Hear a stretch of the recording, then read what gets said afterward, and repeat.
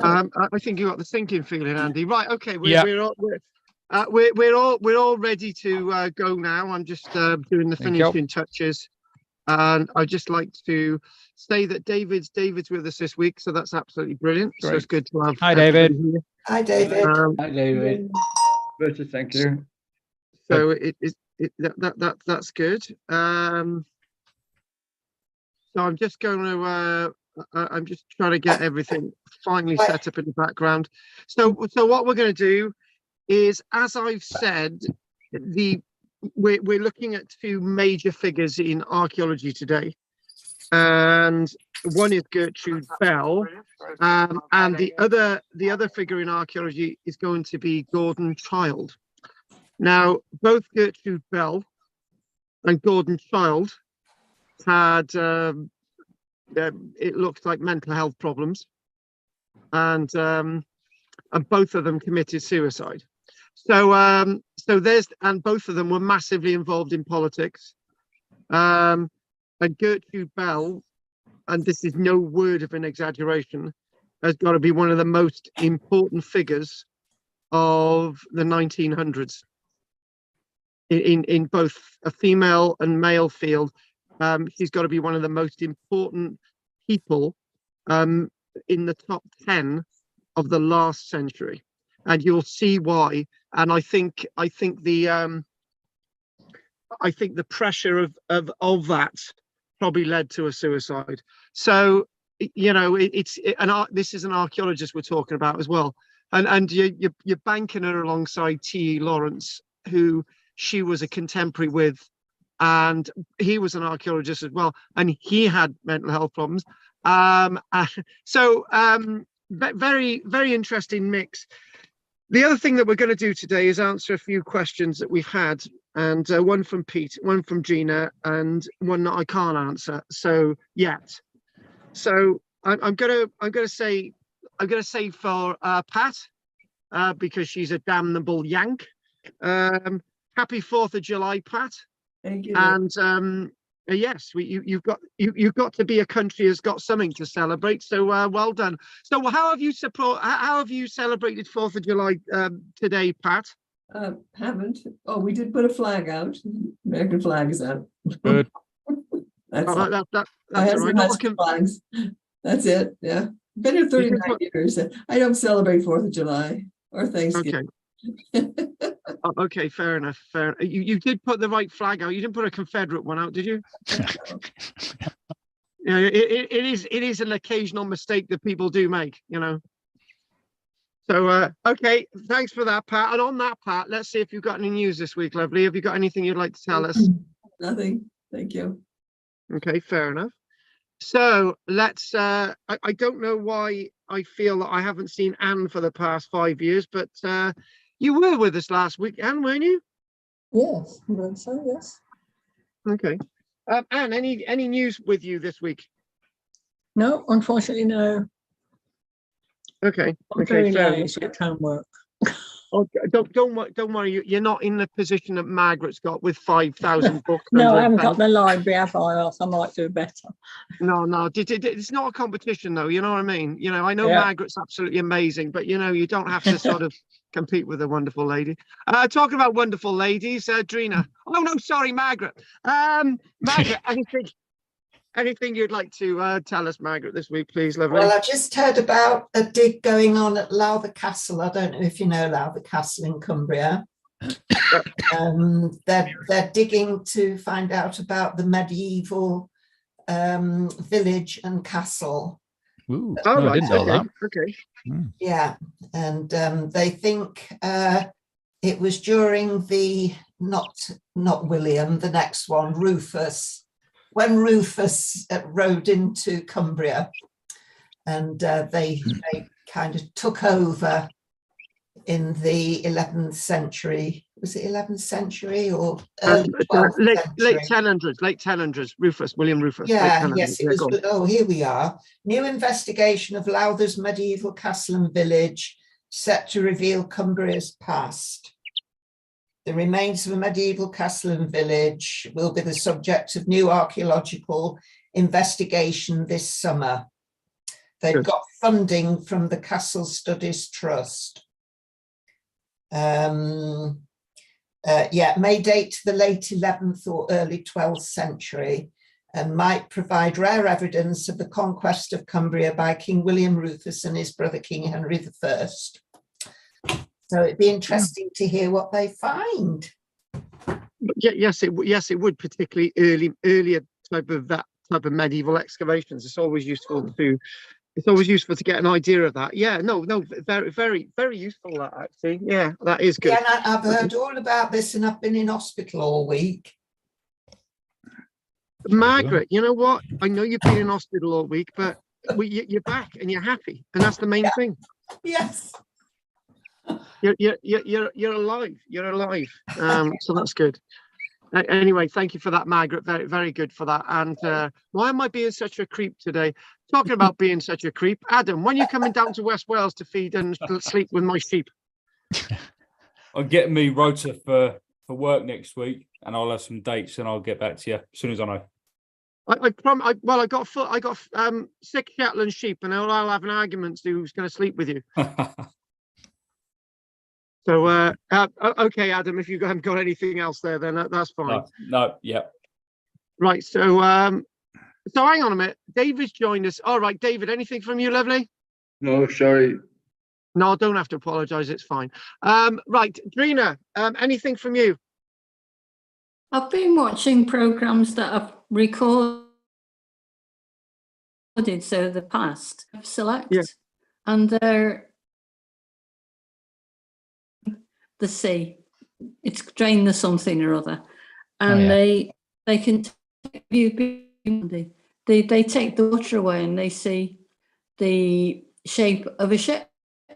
It's been there for a long time, and they've done this quite a few times with different ships. Yeah. Because they're finding all sorts of things out just doing that, and they take it. Oh, and they take millions of photographs, and then you can see it like 3D and move it about. Right, yeah, photogrammetry, that type of thing, yeah. That's the one, yeah, and they do that as well with other things. So I think 5 Select seems to have good programs like that. Oh no, that's brilliant. You are breaking up a bit, but we got most of that. Thanks for that. Thank you. Right, thank you for that, Trina. Andy. Nope, nothing this week. So the only one we've got to do now is the bald-headed stallion, Peter. That was terrible. No, it was quite good. The bald-headed stallion. That Peter. That's your new thing now. The bald-headed stallion. Go for it. Is it? All right. No, nothing from me. Okay, that's a shame because I was going to have a slip my tea now. Pete, you always do things inconveniently, don't you? You know what I mean? It's always about you. How did Trina get called Theresa Mac Snuff? Theresa Mac Snuff. Theresa Mac Snuff for Trina. I think she makes a good Theresa, to be honest with you. Is that the Highland group of McSnuffs, or is it the Borderlanders? Oh, for God's sake! Okay, we've got quite a lot to do today, and it's over some questions to start off with. Then we go into looking at Gertrude Bell and Gordon Childe. The problem is when we get into Gertrude Bell and Gordon Childe, there's a lot of sort of politics in with it. So, and I've got to be very careful what politics I talk about, because I had a message a few days ago that some of my material was the subject of an investigation. I've got to be very careful what I say politically wise. So if I do go a bit over the top with Gertrude Bell and Gordon Brown, somebody rein me in. Right, so I'm going to mention a couple of things. Thanks to everybody for making the payments this month, and those that haven't, hurry up and get them sorted, please. I'd like to mention as well that in future we can actually take credit card payments as long as you warn me in advance you don't want me to use your money for me to go on holiday to Barbados. So we're gonna crack on with some images now, and hopefully this is gonna make sense. I've been asked a question, haven't I, about the date of bones that predate West Kennet Long Barrow, and wherever I got that from is so hidden in my head somewhere that I can't find it. The quote, I've looked last week, I've looked this week, and I can assure you that a bone was a long bone, and I don't know if Andy, you can remember me referring to it in the past, but there was some kind of long bone, whether it was a femur, or whether it was a humerus, had been deposited in West Kennet Long Barrow, and it actually predated the building of West Kennet Long Barrow and not the other burials around it. So if I come across that in the not so distant future, I will tell you about it, but I'm not going to spend any more time looking for that, but it is out there. So let's just get these images up there. Let's share, and sharing is caring, as we know. And there we go. Right, and as you can see, we've got lots of images there. Look at those. Look at those. I've got to get through them somehow. And so I'm going to start off with this image. Now, we didn't really have this last time, but there is something that I didn't mention to you last time. When we were talking about steps in a tower, or steps associated with a wall, there they are. And when I mean there they are, let's just sort of, there's the, hang on a minute, annotation. Right, there's the top there, and there's the exit. So in other words, you've got steps. So these are some of the oldest steps to do with the structure that have survived. Now we will see that, and that's not really answering a question. So I want to mention that the questions were, can we see an image which has got labels on associated with Kathleen Kenyon's Neolithic excavations at Jericho? And then Gina piped up and she said, oh, can you explain more about erosion and how things build up and all that stuff? So that's going to be explained with Peter's images, and that's also going to be explained with your own images. And I'm also going to mention Tim Ingold, the chap who talks about layers and everything mixed together, and archaeology is about layers and stuff, and it's all sort of intermingled, which is something that I do talk quite a lot about. So again, what we've got to do is remind us where those questions have come from. The tower at Jericho, and this is one of the oldest towers on the planet. Dating is a bit mixed, but we're talking about at least 9,000 years old, and the wall. So what we've got is, I had a bit of a blonde moment with this. I thought, right, I couldn't understand that plan there, right? I just thought I couldn't understand this, but then I realized I thought it was a bird's eye view rather than a fish eye view, rather than cross sections. As a cross section, and that there D is actually the steps, the staircase, which is actually in this tower that still survived today. It's really odd. And you've got the tower, so you've got the staircase associated with the tower, and therefore you've got the image of the tower on the right hand side. So again, what's this got to do with answering those questions? Obviously it was to do with this, and I think what I need to do is pick at this.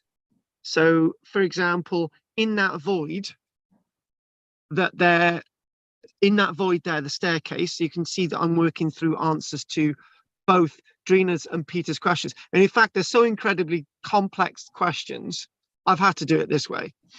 So if you can imagine, the buildup of material in the staircase is filling the void. Artifacts have filled the void of the staircase. So obviously all those artifacts in the staircase that filled it post-date the construction of the tower, right? Which sounds obvious, but it's not as obvious as it looks, and not as obvious as archaeologists like you to think. So if we move on to another image, and just before we go on, it's talking about evidence for a wall alongside the tower, and then on the left you've got a ditch. Andy, are they on if you just drop down to the cross section one again? Is that original wall and original tower they're contemporary? No. Okay, thanks. Well, no, hang on a minute. No, right. It's not, right, yeah. So, is it contemporary? Well, it depends on what phase of the wall we're talking about and what phase of the tower we're talking about. So, when you're talking about contemporary, so obviously the original wall, the tower was built through the original wall, and then you've got the later wall, which is associated with the tower, right? Or joined onto the tower, right? But in a way, if you think about the ideas of Tim Ingold, everything is contemporary with the moment. So the problem is with the word contemporary, it is, when you say contemporary, what period of contemporary are you talking about? So you talking about 9,000 years ago? You're talking about 9,200 years ago? You're talking about 10,000 years ago? And this is the problem. The drawing shows it actually different, doesn't it? It shows that the original wall, because it's depicted differently to the remains of the latter wall, and the original tower are the same cross section. So I would assume that they are of the same period from that drawing. The later wall and the tower, yeah, rather than the original wall and the tower, yeah. Thanks. Yeah, but the thing is, it's obviously talking about contemporary, and if this is going over your heads, the one thing that we need to think about in archaeology is that everything's contemporary in that moment. So for example, if we talk about the 14th of October in the year 1066, the battle site is contemporary with the 14th of October 1066. So, but everything else that was constructed at battle after that date is not contemporary with the battle. Sorry if this is sounding really complex, but it's just trying to get archaeology across. The other thing as well is it's sort of gleaming you in to try and understand that, you know, you've got the archaeology there, and if you mock up, if you look and you think about that there and that there, and then we go back to the original image, and we can start to make out some of the features on the archaeology on the left, that's evidence of a wall. But obviously, you know, it's trying to work out the context and that sense of contemporary.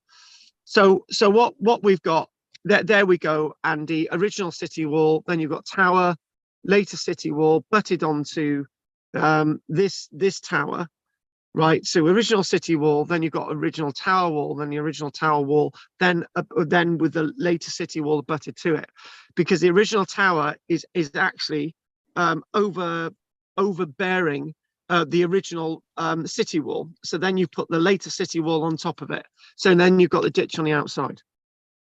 Is this making sense, Andy? He's gone. Yeah, sorry, I was giving you a thumbs up, but you're not paying attention. I'm not paying attention because I can't see you, Andy. I don't really care. Fair enough. Right. So what we've got, Andy, this is what you can clearly see. So where the original city wall is gone when you look at that, because you've got this external later city wall on the outside, and then you've got the tower, which is on the back. Right. So this and actually it's talking about earlier settlements going back to 11,000 years ago, and the tower being 11 meters high, 7 meters wide. But we're not into doing that at this minute. But when we look at this and we think about the extensive excavations at Jericho, they're highly complex, they're highly diverse, and the problem is with Kathleen Kenyon's excavations is that they're over such a massive time period. So when you know, some of us have experienced it, Andy, myself, and a couple of others have experienced in archaeology, that we feel, okay, that's like from the Roman period, but then bits of stuff in the Roman period changed, and then that sort of thing in the Roman period was demolished, and then something else happens, and things alter and change. But with Jericho, I think you're talking about that one is sort of talking about the Roman era, and you talk about then going into the next era after that, the era of Enlightenment, King Arthur, early medieval, Dark Ages, or whatever you want to call it. You're only talking about a few hundred years, right? When you're talking about Jericho, you're talking about coming up to 10,000 years, 11,000 years if you want to go to the early stuff. So it's very complex archaeology, and you can actually see there that actually the other thing as well is what Jericho has actually got two walls, an internal wall and an external wall, and you can get an idea of the height. And it's sort of talking about the retaining wall is made of stone, and the brick wall, the mud brick wall, is made of brick, naturally mud. Now this is the thing that Joshua in the Bible, in the Old Testament, that we're talking about, the walls of Jericho, the trumpeters and the walls of Jericho come down. Well, you know, it could have been anything that caused the walls of Jericho to come down, but at the moment that you blow your horns or your bugles or whatever, there happens to be an earth tremor and the walls come down. Act of God, and you would call it an act of God. So it's, and the thing is, what we find with these types of really complex excavations, I tell you what, I wouldn't want to be involved in a complex excavation like this, except I might be in the next few years. But the point is that this is a massive time frame, massive time period, and you've got ancient Jericho toward the end of the Bronze Age, so Neolithic, and then developing into the Bronze Age, and then developing into the Iron Age, and as things start to develop in regards to the ancient city of Jericho.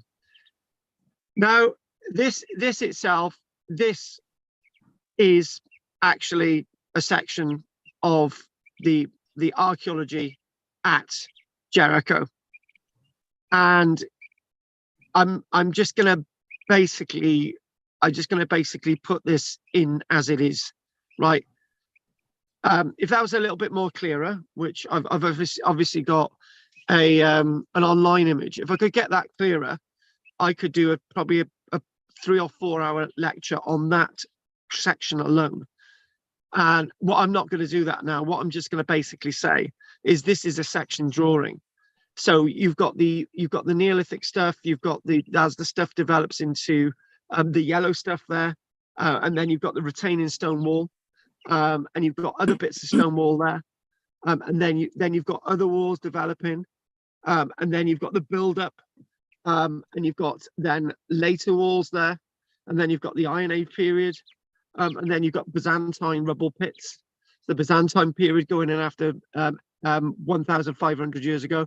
So as you look at that one section as you've got in front of us, that is a history that dates approximately from 11,000 years ago all the way up to, I'm going to get my dates right now, all the way up to 1,500 years ago.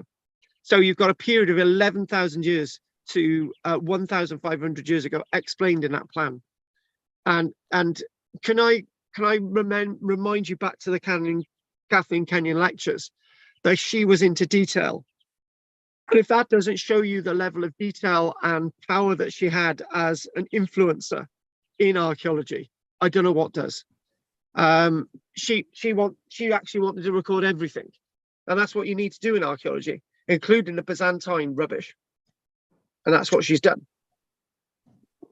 And the reason why I said the Byzantine rubbish, for me, it is Byzantine rubble pits.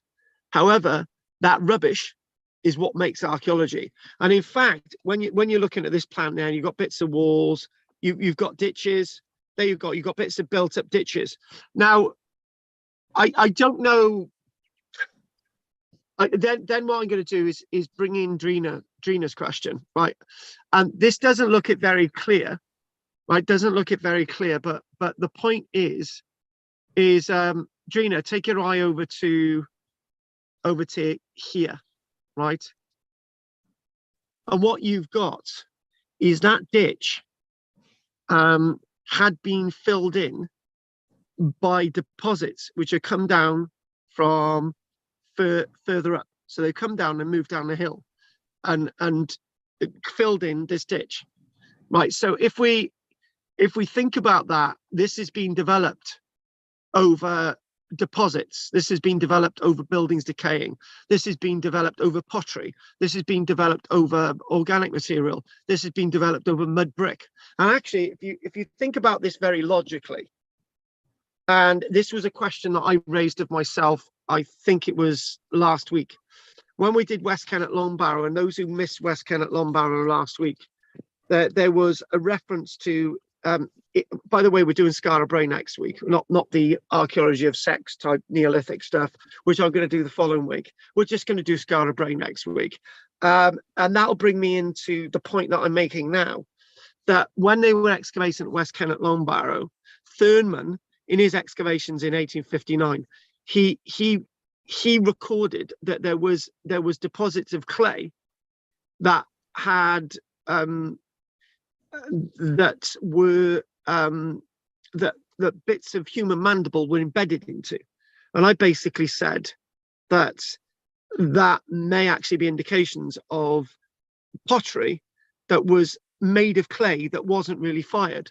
So hence why it built up around the lower mandibles, staining the lower mandibles to a lighter color than the actual other bones from West Kennet Long Barrow. Now there's a point to be made there, Drina, if you can see it, that if you think about a clay pot and it goes back to soil, yeah, that's going to be some of the material that's deposited in these ditches and so on within the archaeology. And this in the Middle East is called a tell. When archaeology is built above archaeology, and you can make out there, Drina, that if that was really clear, which unfortunately it's not, because I couldn't find clearer ones, I need to get the actual publication itself. If you look at that, you could probably spend hours and hours cross-referencing each of these individual layers and contexts. And I'm going to be honest with you, right? Kathleen Kenyon, don't have a go at me with this. With modern technology, you could actually get more detail in the sections than even Kathleen Kenyon got. But that, with full respect to her, she got this 100% right. We're not going to criticize that at all. So let's and there you go. This is just like stereotypical. So what I'm doing, I'm bringing in the Bible. Why am I bringing in the Bible? What I'm trying to do is try to make things relevant, because that's what we try to do as archaeologists. We try to make things relevant. We don't necessarily have to be Bible bashers. You don't have to be Bible believers. Disrespectful term, Bible bashers. But what I'm trying to do is make an impact here. So you don't have to believe the Bible to believe that actual events in the Bible actually did take place, or they took place in a certain way. But when the Bible turns around and says actually Jericho, it technically couldn't be older than 4,004 years BC, but Kathleen Kenyon dated Jericho to be at least 9,000 years BC, if not before, right? And the point is, what we've got to do is be very wary of understanding how things deposit and how things build up, and how sediments, human and natural. Again, one of the things that we do know, and you know, this is so blasé. Church graveyard, most of them are higher levels than the surrounding landscape around, because of obvious reasons that people have been buried there. But bodies decay, and bones, they don't really take up much space. But what takes up space is the pottery that people bring along to celebrate somebody's death, or there's a tombstone, and there's rotting wood, and there's bits of stone from the church. So all these build up layers. Everything builds up layers. There you go, Kathleen Kenyon, looking at her artifacts and deposits that she's actually found in the excavations. One of the things that they're doing in Egypt now is when they're excavating, they're actually gluing the artifacts together in situ. So when instead of actually having all this pottery all over the place, and that sounds disrespectful as well because it's organized and whatever, it's being sorted there.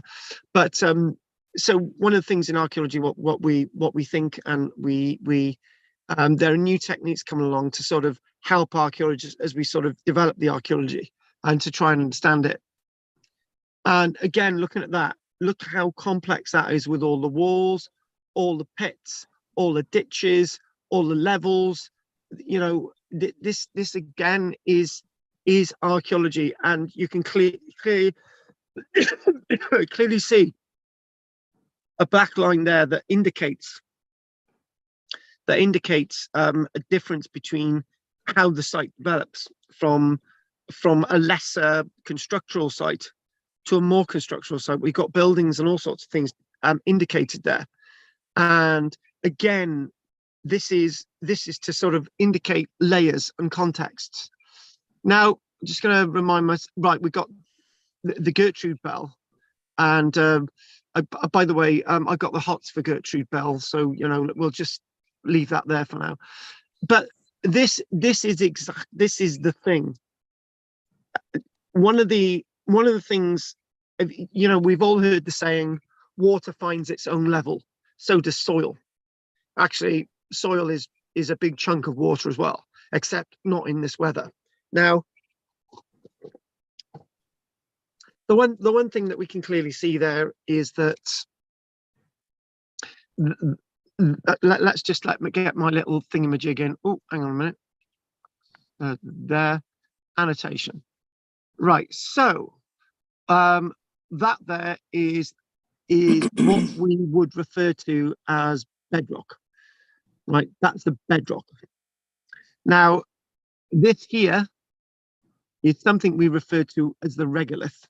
Now, the regolith is the bedrock as it starts to break down into the various components and the sesqui oxides, the iron oxides, if it's ironstone or in sandstone areas, and all that breaks up. Now, then, as a result of this breaking up, you get your subsoil, which that's your subsoil, and that is your topsoil. Now, your topsoil is always evolving, is always developing, right? You know, it's your topsoil that is you know, got your plant matter breaking down, your flora and your fauna breaking down and whatever. And sometime in the past, somebody has dug a trench across the site. It might be for drainage, it might be for defense, it might be because they want to put a trench across the site, whatever, right?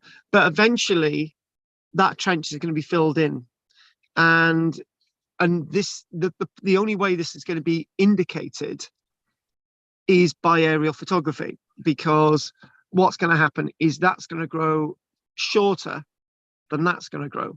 So when you're flying a plane over it, you can sort of indicate the levels of growth, indicating evidence underneath the surface, which when Drina was talking about earlier on about sort of boats and stuff under the sea and whatever, that's actually probably more or less the same process, but it's a little bit more advanced. So if we go on now and we go to the next image, oh, hang on, we don't want that, we want to stop the annotation, and that's a more complex one, but obviously for teaching purposes. So you can get an idea how everything builds up and deposits over time. And you know, this might be sort of quite sort of artistic, but if we think about that again, let me get that on. Let's just use a different color, and let's there.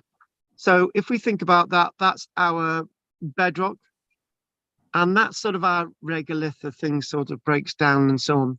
But the difference is with this site is that the subsoil and topsoil is actually the archaeology. So in other words, there was something going on here, and the people put a ditch there, and probably maybe they decided that they were going to put a clay floor level in, right? And there's different things going on over periods of time.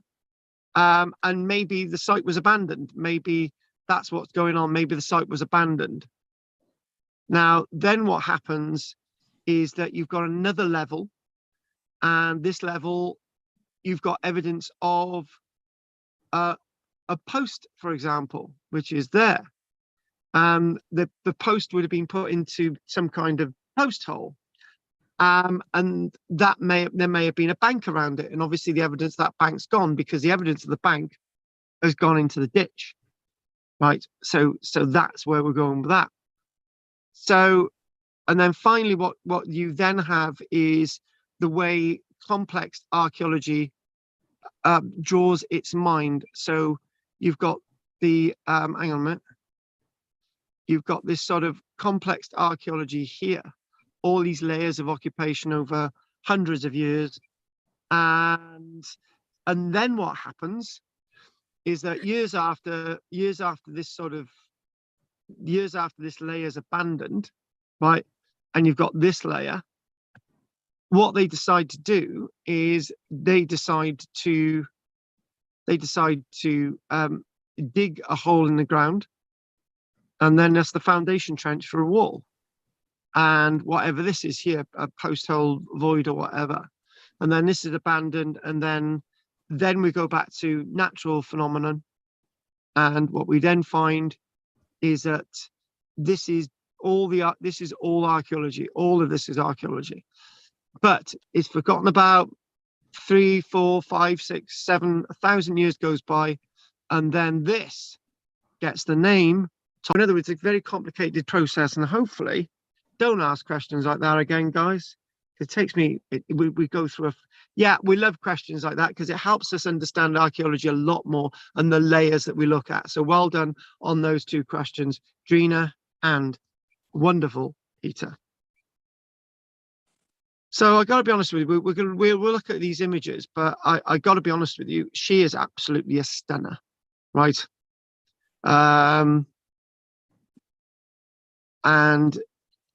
But she's a very lonely figure at the same time. She was actually a spy, as well as being an archaeologist, a geographer, mapper, author, a politician, and one of the most influential people of the last century. And why?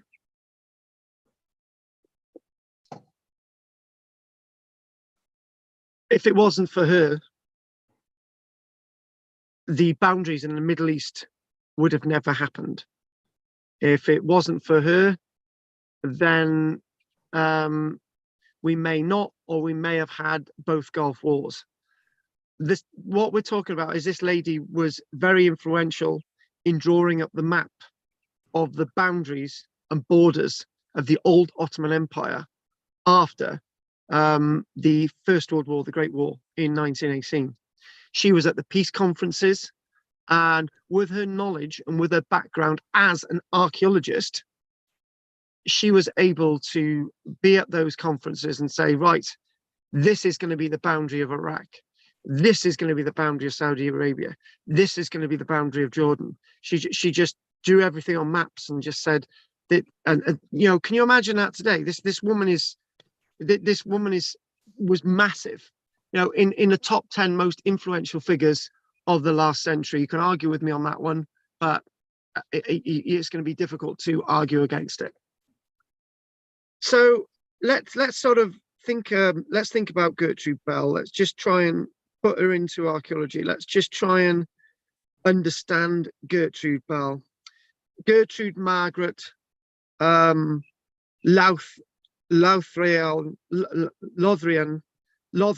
Gertrude Margaret Lothrien Bell. She was born on the 14th of July, 1868, County Durham, and she died on the 12th of July, 1926, at the age of 57 in Baghdad, Iraq. And she, you know, she's known as being an archaeologist, and she was daughter of Sir Hugh Bell and Mary Bell. Now, let's not be silly, people. Let's not do what we did last time and say, well, you know, she wouldn't have been the person that she was if it wasn't for rich parents.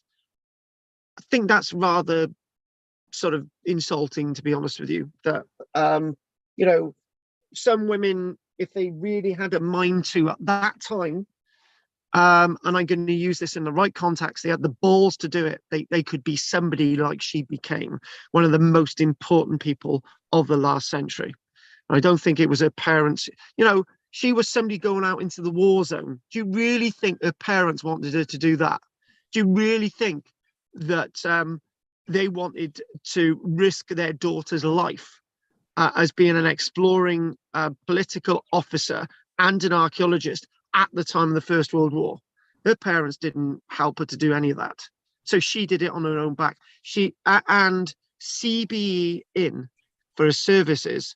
I don't know actually, because she's got so many hats, and I you know, I'm not really sure what a CBE was for. But it was obviously for services to humanity, probably actually services to drawing up the map. And actually, there she is in Baghdad, 1909. She's there in Baghdad in 1909. Very fetching figure, and she didn't take any. She explored, she mapped the Middle East, highly influential to British imperial policy. She was classed as an Arabist. She had so much knowledge that she'd built up through her extensive travels, huge, massive.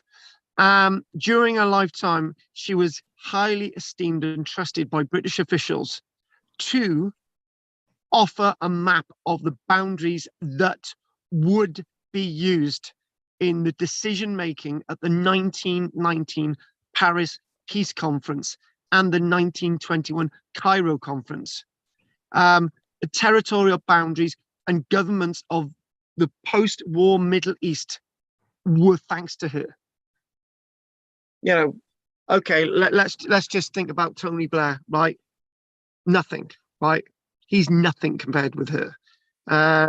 And she was a personal friend of Winston Churchill. She's on par with Winston Churchill. You're thinking, you're not, some of you are probably nodding your heads and think I'm really overdoing this, right? But what I wanted to do is just sort of tell you that the archaeology is not just archaeology. We don't just do archaeology because we want to dig things up. We don't just do archaeology because we're obsessed with the past. Yeah, we are obsessed with the past, but we do archaeology because the past gives us lessons to learn, things to sort of understand, and not to make mistakes, and to sort of learn from the past. And I tell you what, we don't seem to learn from the past at all in this modern day and age.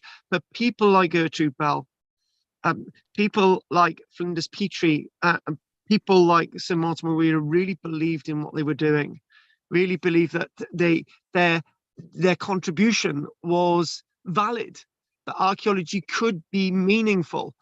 Kathleen Kenyon, it was meaningful. Chiquita Hawkes is meaningful. When the likes of Glyn Daniels was on animal, vegetable, mineral, he believed in what he was doing. Now, you know, it's amazing that she's dressed like that. They're out in the wonderful Arabian Peninsula, and you know, she believed that the momentum of Arab nationalism was unstoppable, and that the British government should ally with the nationalists and use her maps to decide the frontiers and boundaries of this world that she'd created in the Middle East. Basically, no. When people turn around to say that she sat there and she drew a line down a map and said, right, that's Iraq. No, she didn't do that. She knew how that line needed to go. She knew that the boundary between Iraq and Iran should be done in a certain way, based on the historical notions of the landscape. What she did was to bring in history and archaeology into the mindsets of the people that are now owned at archaeology. You know, she was responsible for the foundation of the Iraq Museum, the Baghdad Museum. She was responsible for that. She was the one there.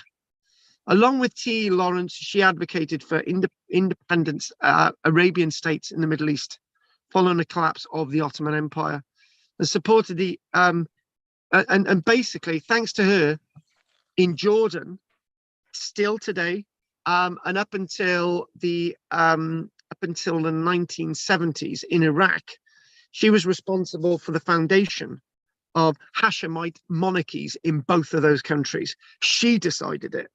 She decided we'll have kings in Jordan and Iraq.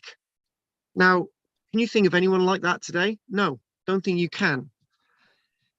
Now, you know, she puts herself, so many different hats, traveler, politician, political officer, writer, traveler, administrator, and archaeologist. Administrator, my God, she really went out. Belle was raised in a privileged environment that allowed her an education at Oxford University, but then she went out traveling the world, endangering her life every single day. And can you imagine being her parents?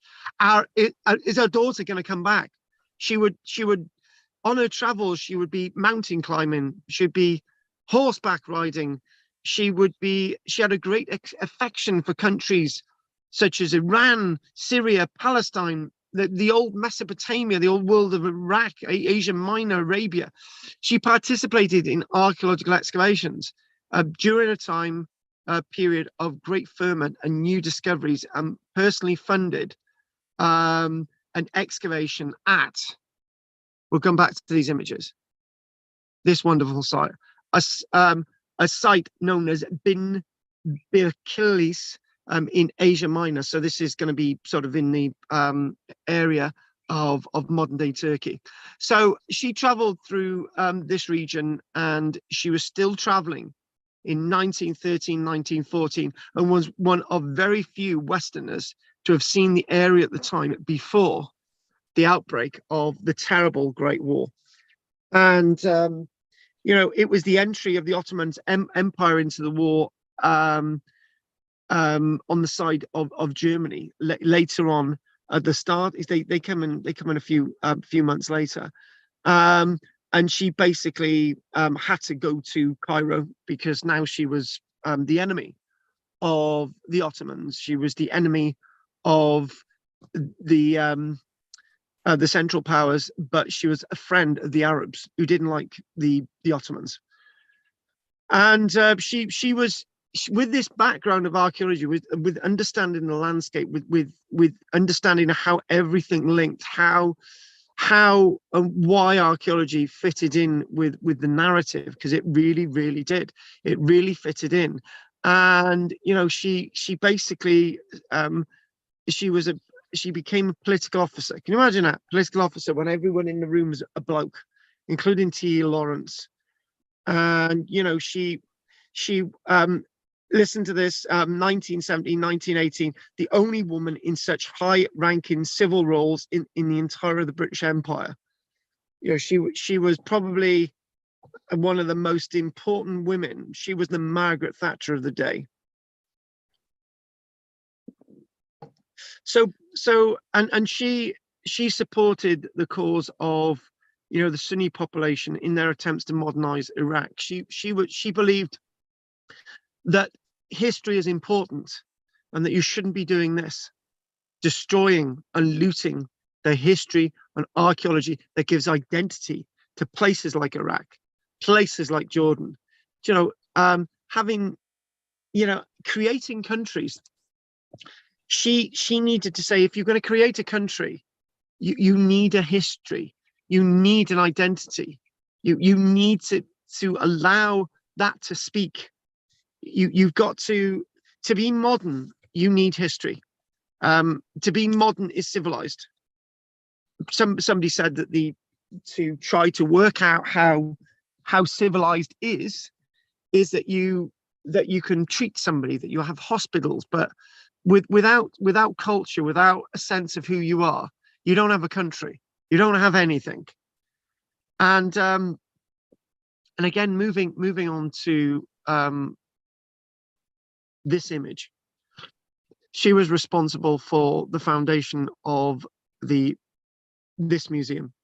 and she was responsible for the Iraqi Museum, the Baghdad Museum. She spent much of the rest of her life in Baghdad and was a key player in the nation building of what would eventually become the Kingdom of Iraq. So if you guys think and you think about sort of the Islamic world, I'll be very careful what I say now. You think about the Islamic world, and some people think, you know, in the Islamic world, women don't really have authority and power. This Western woman had massive authority and power in Iraq. She was massively respected. She met and befriended a large number of Iraqis in both the cities and the countryside, and was a confidant and ally of Iraq's new king, Faisal. So she was responsible for that king being a king of Iraq. She put the crown on his head. Towards the end of her life, she was sidelined from Iraqi politics. Obviously, you know, let's not have a Westerner here anymore, but that's the way it worked, because it was a bit like Howard Carter. Howard Carter was a god Howard Carter was a god when in November 1922, when he found the tomb of Tutankhamun. And for a long time, you know, the Egyptian government really respected him. But then after a while, they said, right, you know, you're a Westerner, you've dug here long enough, now you can go away, right? But this is, if you're going to build nations, you can't be there forever, you know. You can't hang around forever, right? And she believed that this was important. She believed that history was important and that you cannot allow this to happen. This is an image from the illegal invasion in 2003. I would have actually been in that museum. I would have been that person if I'd have actually taken up the offer to from the Antiquities Department of Iraq. I would have been there in 2003, seeing this museum being looted. And she felt that history was everything. You know, she in her later days in Iraq and Baghdad, she was appointed honorary director of the antiquities of the whole of Iraq, where she returned to her original love of archaeology. In that role, she modernized procedures and catalogue findings, all of which helped prevent unauthorized looting of artifacts. You know, she had gone so far only to have British and American troops alongside Iraqis looting these museums, and but she had gone a long way to get the Iraqis to have an identity. And that man is an Iraqi, and he's thinking, you know, this is my history. This is who we are gone, and this is what she built. This is what she installed in most of the people in Iraq. She supported education for Iraqi women, amazing. Served as president of the Baghdad Library, the Iraq National Library, and founded the Iraq Museum. And that's where that guy's sitting now, as a place to display the country's archaeological treasures, and stopped the export of archaeological artifacts out of the country, which is, again, another very, very important point. Stopping this happening, stopping the looting, stopping what would have happened thanks to American and British soldiers after 2003, with mass looting of archaeological sites across Iraq. This is something that she stopped in the 1920s, and this is something that was stopped up until 2003, and this was allowed to happen. And she died in 1926 of an overdose of sleeping pills in what was possibly a suicide, although she was in ill health regardless. And isolated, very, very, very isolated as well, because at this point, people in Europe had forgotten about the Middle East, and she was responsible for all this. And she was responsible for making these countries. Gertrude Bell wrote extensively. She translated even a book of Persian poetry, published multiple books describing her travels, adventures and excavations, and sent a steady stream of letters back to England during World War One, and that's why we got that book, The Letters of Gertrude Bell. The letters back to England during World War One that influenced government thinking in an era when few English people were familiar with the contemporary Middle East. And I didn't say that this today would be. I didn't say that today wouldn't be a car crash. I didn't say today would be comfortable, but one thing I wanted to put across was that archaeologists do have a role to play. We are important, we are relevant, and what you guys coming along every week sort of see that what we're putting across is important.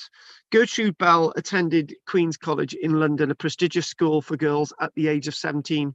She then studied, and there she is, absolutely beautiful. At the age of 17, she then studied at Lady Margaret Hall, Oxford University. History was one of the few subjects women were allowed to study due to the many restrictions imposed on them at the time. Now, we're talking about the 1880s. It's only been 20 years that women actually had public toilets in London. And those that don't know, do you know the reason why you've got a little pocket sewn into our jeans, right, is that little pocket is big enough to put a penny, right? Spend a penny. In the Great Exhibition of 1922, in the Great Exhibition of 1852 in London, they built the first women toilets that people could use that women could use at the Great Exhibition, right? They were the first ones in London, and it was basically at that point women were given a penny to be able to spend in a toilet, right? They weren't given 2 pennies because that would mean that they would go further from home. So if you go to spend a penny, it's the distance that you can go from your home to the nearest public convenience, and then you would have had to have returned home then if you wanted another p. And I'm not making this up, right? So this is the time, and it's only a few years earlier that women are actually starting to sort of find themselves. And she specialized in modern history, and she was the first woman to graduate in modern history at Oxford with a first-class honors degree, a feat she achieved in only 2 years. 11 people graduated that year. 9 were recorded because they were men, and the other 2 were Bell and Alice Greenwood. However, the 2 women were not awarded academic degrees. It was not until 1920 that Oxford treated women equally with men in this respect. So she had a non-academic degree, which I can't, it's just trying to get your mind around that. She never married or had children. And she was a bit of a socialite at times.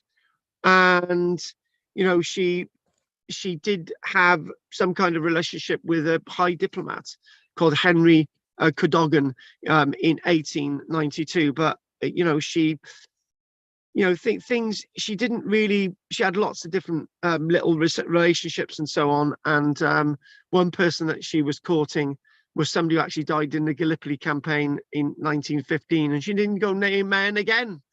And so traveling around, finding about the Middle East and sort of climbing up sort of rocky mountains, and sort of going out there, she actually spent time with Bedouins, for example. And she was out and about, and it's just amazing that she was able to do that. To sort of give you an idea of sort of there's a lot of stuff about a sort of movement background and so on, but in March 1907, Gertrude Bell journeyed back to Asia Minor, Anatolia, southeastern Turkey, and began to work with Sir William Ramsay, an archaeologist and New Testament scholar. There you go, New Testament scholar, rather than Old Testament scholar when we look at Jericho and Kathleen Kenyon. And the pair and their staff performed excavations of destroyed buildings and churches that dated from the Byzantine era in Bim Kalisi, which we looked at a few moments ago. There we go. There's one of the buildings there, which she partly actually excavated. And she wrote a book. The results were chronicled in a book, 1,000 won churches. Going into Mesopotamia, obviously Mesopotamia, Iraq, excavating Hittite city, and she would look at relief carvings in caves. Amazingly enough, looking at various ruins around, such as Babylon, and working alongside T.E. Lawrence at a site known as Karl-james, obviously before the outbreak of the First World War. She struck up a friendship with Lawrence, and the two would trade letters in the following years.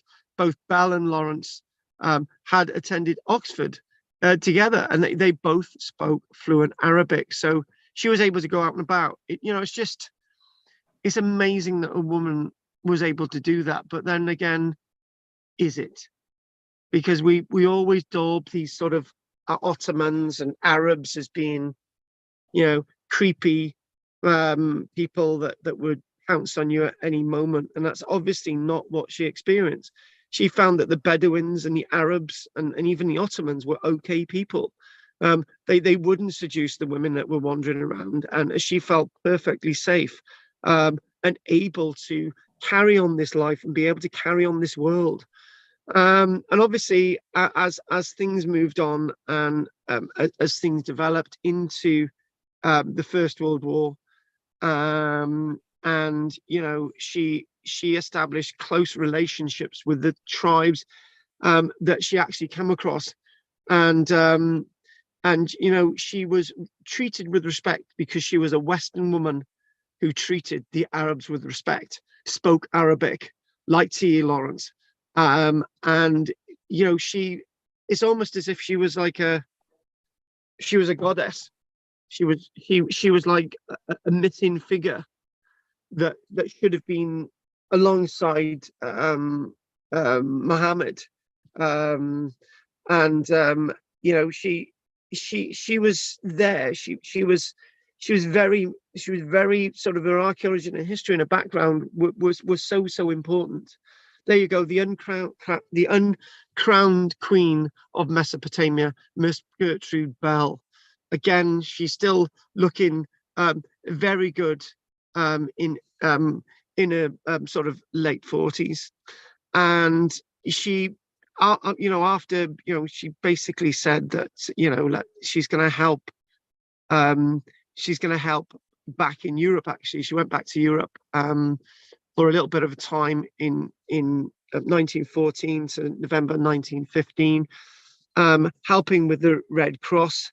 And then basically the government got sort of got an ear and basically said, we need you to go back as a political officer, in other words, as a spy, to find out what's going on in the Middle East. So she worked in Cairo. She obviously coming across T. Lawrence again with the Arab Bureau, December 1914. There's so much information, so much great stuff. And she basically said, right, actually, she actually produced maps of the region so that the likes of T. Lawrence and the Arab revolt could use those maps against the Ottomans. She you're thinking about this woman, you're looking and the level of knowledge and intelligence. She knew where the wadis were. She knew where the rivers were. She knew where the defenses of the Turks were. She knew about the archaeology. So she knew where the roads were. She knew where the railways were, and that was vital in beating the Ottomans. She was key to beating the Ottomans in the First World War. This lady, that's all she was, just a lady archaeologist. And you're thinking of this, and again, archaeology used for winning the war, for example. The British male officers were defeated in Baghdad. We marched Baghdad 1914, 1915. The British army was wiped out by the Ottomans, right? Just a year or so later, thanks to her, thanks to her knowledge, thanks to her influence, she was able to equip the British army with the knowledge that they so desperately required. And she actually ended up in Basra, amazingly enough, and Baghdad by 1916, and she became the only female political officer in the British forces, the only one. Can you imagine? It's the only woman in the British Army, political officer. You know, basically, you know, she was a military officer, because that's what she was. She was a spy, not just political officer. And you know, she was there, and the other thing as well is, one thing that probably really got to her was that she reported on something that become one of the most horrific events of putting up hairs on the back of my neck. One of the most horrific events, and one of the most horrific events of the 1900s. The genocide of the Armenians. Basically, the Ottomans were wiping out the Armenians. So Armenia, if you want a relation, you've got Russia, and you've got the eastern boundary of Turkey, Armenia, and basically the Armenians. She reported, and she saw the Armenian genocide, and she reported on it. Contrasting the killings with previous massacres, she wrote that earlier killings were not comparable to the massacres carried out in 1915 and the succeeding years. She saw it. And Bell also reported that in Damascus, Ottomans sold Armenian women openly in the public market. She was reporting intelligence about how terrible the Turks. In other words, this was, you know, she basically said that this is one of her reports. This is one of her reports. And she says Bell quoted a statement by a Turkish prisoner of war. So she actually interrogated Turkish prisoners of war. And she got this story. She said the battalion left Aleppo on the 3rd of February. And this is going to be 1915, and reached Ra al-Ain in 12 hours. Some 12,000 Armenians were concentrated under the guardianship of some 100 Kurds. These Kurds were called gendarmes, but in reality, mere butchers. Bands of them were publicly ordered to take parties of Armenians of both sexes to various destinations, but had secret instructions to destroy the males, children, and old women. One of these gendarmes confessed to killing 100 Armenian men himself. The empty desert cisterns and caves were all filled with corpses. No man can ever think of a woman's body except as a matter of horror instead of attraction after Ra al-Ain and the massacre. And this was one of dozens and dozens of massacres of the Armenians. So she was put from being somebody really into archaeology, really using her knowledge. Baghdad was eventually captured on the 11th of March 1917, and Bell was given the honour of the commander of the Order of the British Empire for her contributions in 1917 to the war effort. And the story goes on. She believed that from what she could understand, that the Arab people in Mesopotamia deserved a sense of independence. And she basically said why.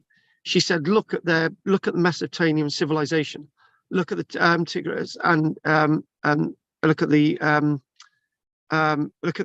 Euphrates, look at the Mesopotamian Delta, look at these people. They've got such a history. They now deserve, on the background of the civilization of Babylon and the civilization of Ur and the civilization of Nineveh, which sites that she had visited. She said, this is such a rich culture. These Iraqis have a right to be their own people. They've got a right to, so she used the history and the archaeology to give them a sense of self-determination, a meaning to the history and archaeology, an identity. This is what people want. They want identity.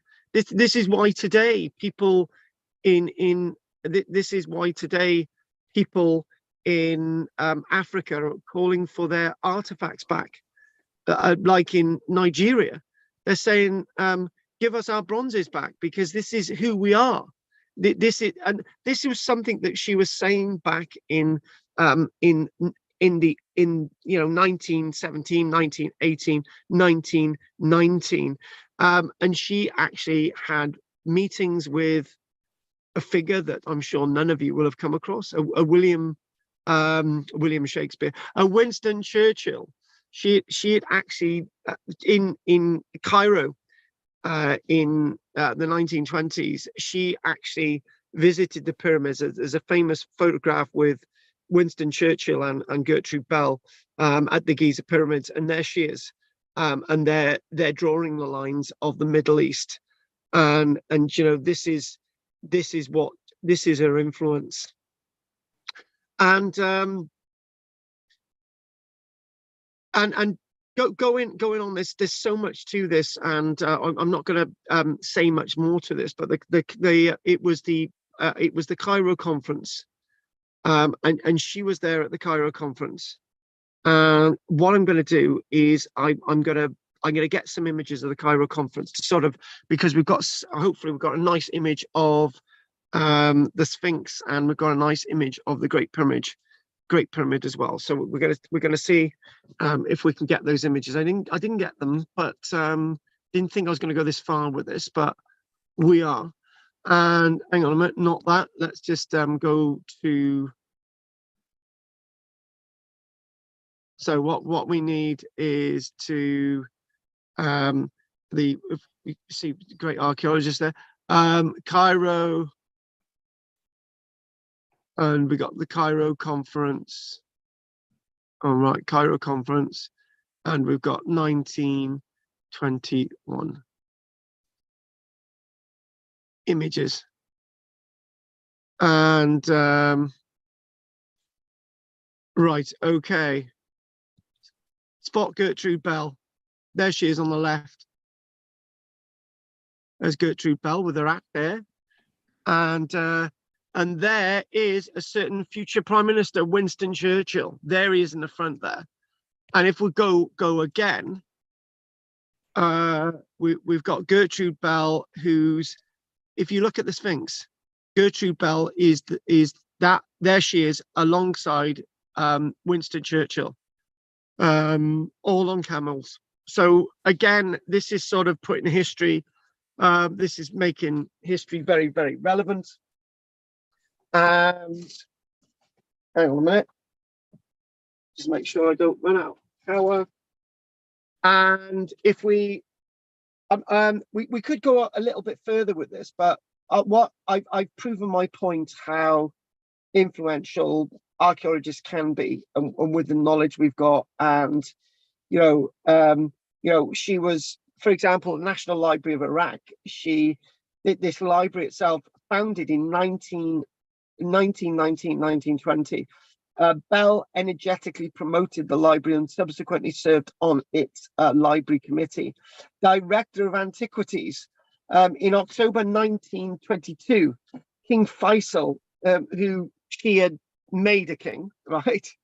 King Faisal appointed Bell as honorary director of Antiquities, a task suited to her experience and love of archaeology.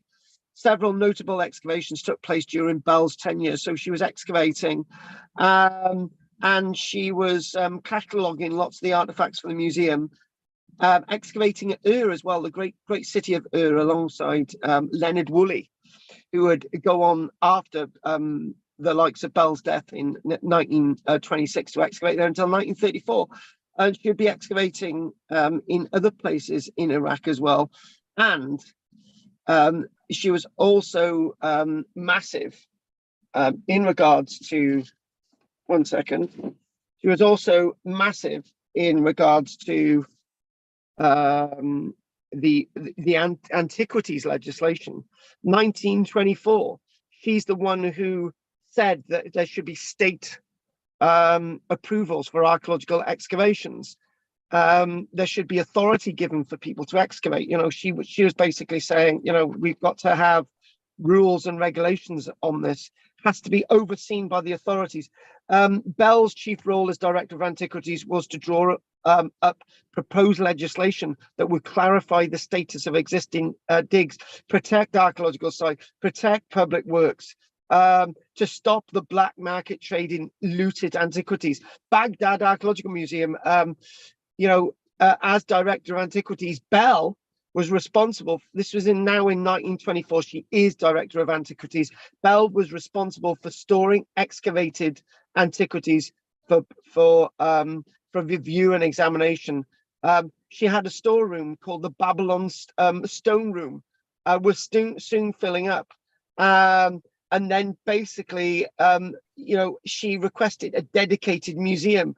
After a year, after sustained saying that she needed a museum that was to be permanent, and just before her death, the Iraqi Baghdad Museum was finally opened, right? And this is massive, and it's lots of money went into excavations in Iraq, and it's all thanks to this wonderful figure. So much more can be said about Gertrude Bell, and about her death, and she was under a lot of pressure, and she obviously had political views and all the rest of it.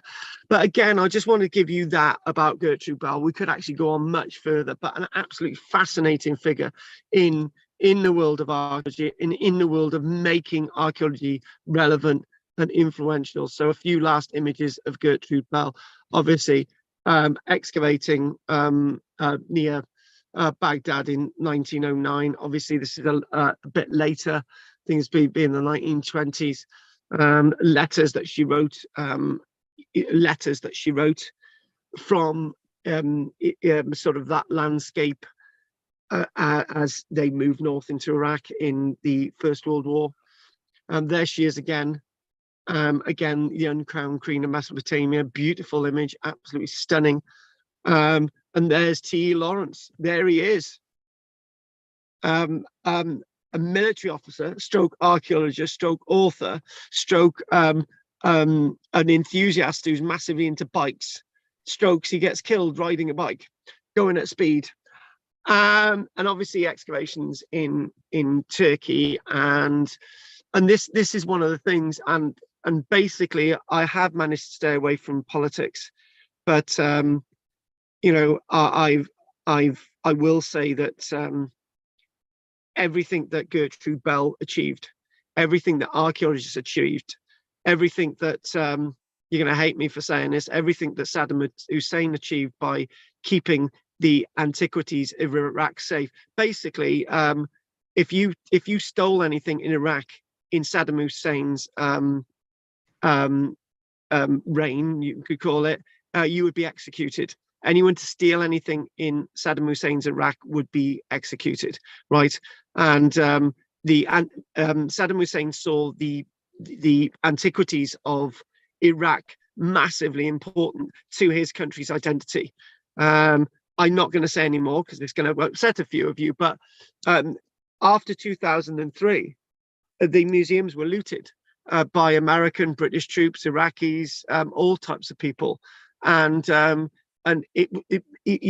the achievements of Gertrude Bell were nearly wiped out overnight, right? But they started to realize again, the people of Iraq, they started protesting, give our antiquities back, give our archaeology back. This is who we are, right? And this then harks back to what Gertrude Bell had achieved in the 1920s.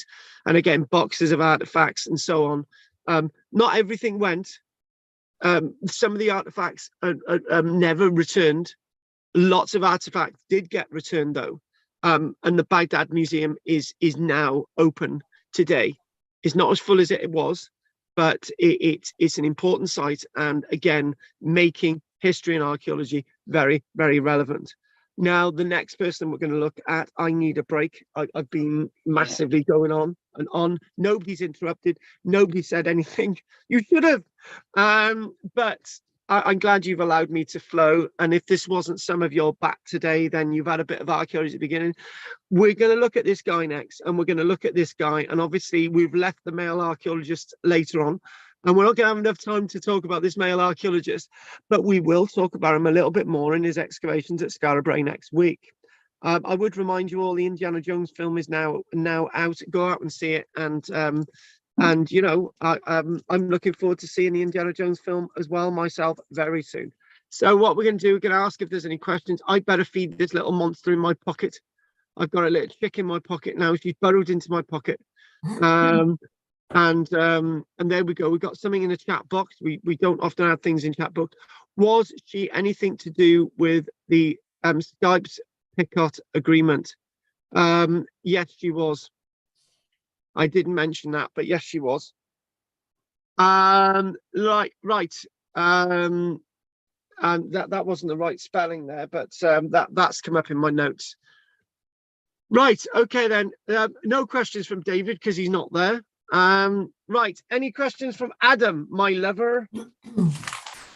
Yeah, well, I was going to ask, you know, the Sykes-Picot thing, right? And yeah, the reason I asked that is because I did the Sykes-Picot thing at uni, right? Yeah. And they didn't mention her once. And she's a phenomenal figure. Thanks for that. It was really enlightening. But I never heard of her. But they didn't. What I'm saying is, given, without getting too political, given today's climate out there, I would have thought they would have added her in. Into the grander picture, but they didn't. No. Yeah. I'm trying to go through my notes. I didn't mention it, but it is here, right? Can you expand on that for everybody else? Yeah. So in 1916, so middle of World War One, France and Britain came to an agreement where they would demarcate the border between what would be looked after by France, what would be looked after by Britain after the war. And yeah, I would have thought she might, given what you were saying, would have thought she had a chance of being involved in that. She was involved. She was involved in the entire process, and basically because the problem is, I think I've actually got very angry about Gertrude Bell many times. I've just thought, you know, she could have done things differently. But then again, when you do look at a little bit more detail, I don't think she could have done things differently. You know, you could say that maybe the Middle East shouldn't have been divided. Maybe it should have just been one Arab country. But, you know, you're setting against Shiites and Sunnis. You're setting against Iranians, against, you know, you're setting against old-fashioned Persians with sort of like the likes of Palestinians. And you've got all the other sort of things going on there. I think we mustn't get confused with Palestine and the Jewish homeland of Israel. She's got nothing to do with that, and maybe you get a bit lost.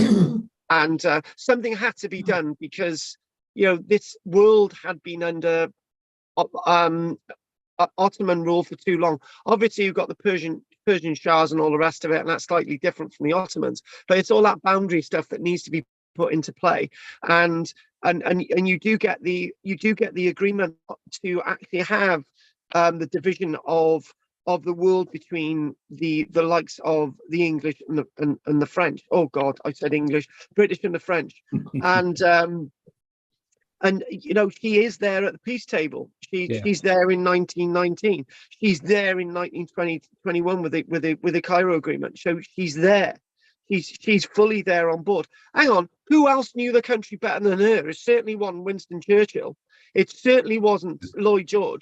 It certainly wasn't the British military officers who got their ass kicked in Baghdad. She knew, because it was the archaeology and the landscape that she knew. And this is really important. Yeah, that's brilliant. Thanks for that. Right, okay. One more thing. Completely, well, not completely off topic, but you mentioned Flinders Petrie a few times. Are we going to cover him at any point? We have done. We have done. We've already done a Flinders Petrie lecture. So what I'm going to do, that was the week you missed. So, was it? I'll have a look back there then. No. What I'm going to do, I will scribble here, right? Flinders Petrie, and I will send you the link for the lecture because there's 2 lectures. One is better than the other. This is better than the Wednesday. So yeah. So Flinders Petrie. So I'll get that over to you. So I first got interested in. I don't know too much about him, but I know he was looking for the source material for what Geoffrey of Monmouth got his stuff from. So that's why I was interested in him. Ah. Yeah. Geoffrey of Monmouth. We love him. We love him. Right. Anyway, thanks for that. We will put that over. Cheers. David, anything you want to ask quick? No, thank you. Obviously, Pat don't want to ask anything because she's not there. She's now a chair. Pat as a chair, no. Has Pat's background really changed? It has. Right. Okay then. Margaret, anything you'd like to say? Well, she was a formidable woman. I kind of picture her in my mind like one of those Maggie Smith roles, the upper class, don't mess with me kind of woman. She must have had an extremely supportive family to let her do her own thing and the things that she did. She was obviously from an academic background. She was privileged. I would have admired her 100 times more if she'd been Gertrude Bell, cobbler's daughter from Grimsby. Do you know what I mean? No, but can I attack you a little bit there? Because the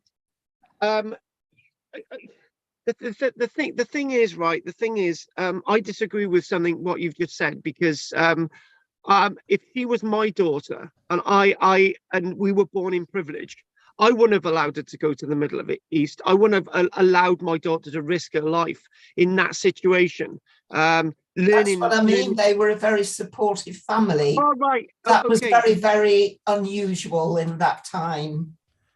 So in other words, right? Okay, I can see what you're saying, but I thought you were actually saying that she was only able to do that because she had that background. But the thing is, right? What if she had a lower class background and she was able to do that? I know what you're saying, right? She wouldn't have got to Oxford from a lower class background. No, so she had to have the kind of family where she could get the kind of education in those days. Yeah. So that put there, but she was a very formidable, she was, amazing sort of very strong person. Yeah. And she was also very powerful. But another thing that she must have had in a way to be able to do that was the contacts. She had that. She had the confidence of privilege and that kind of thing that she could associate at that level, and she used it wonderfully. All good to her. Her. You do have to admire what she did. She was a gutsy lady, but to get the respect and admiration of Lawrence, Churchill, Arab leaders, or even of men in those days. I mean, women, to be a woman in that position, she had to have been from a privileged. But you wonder what the Taliban could have made of her, the way they think about women.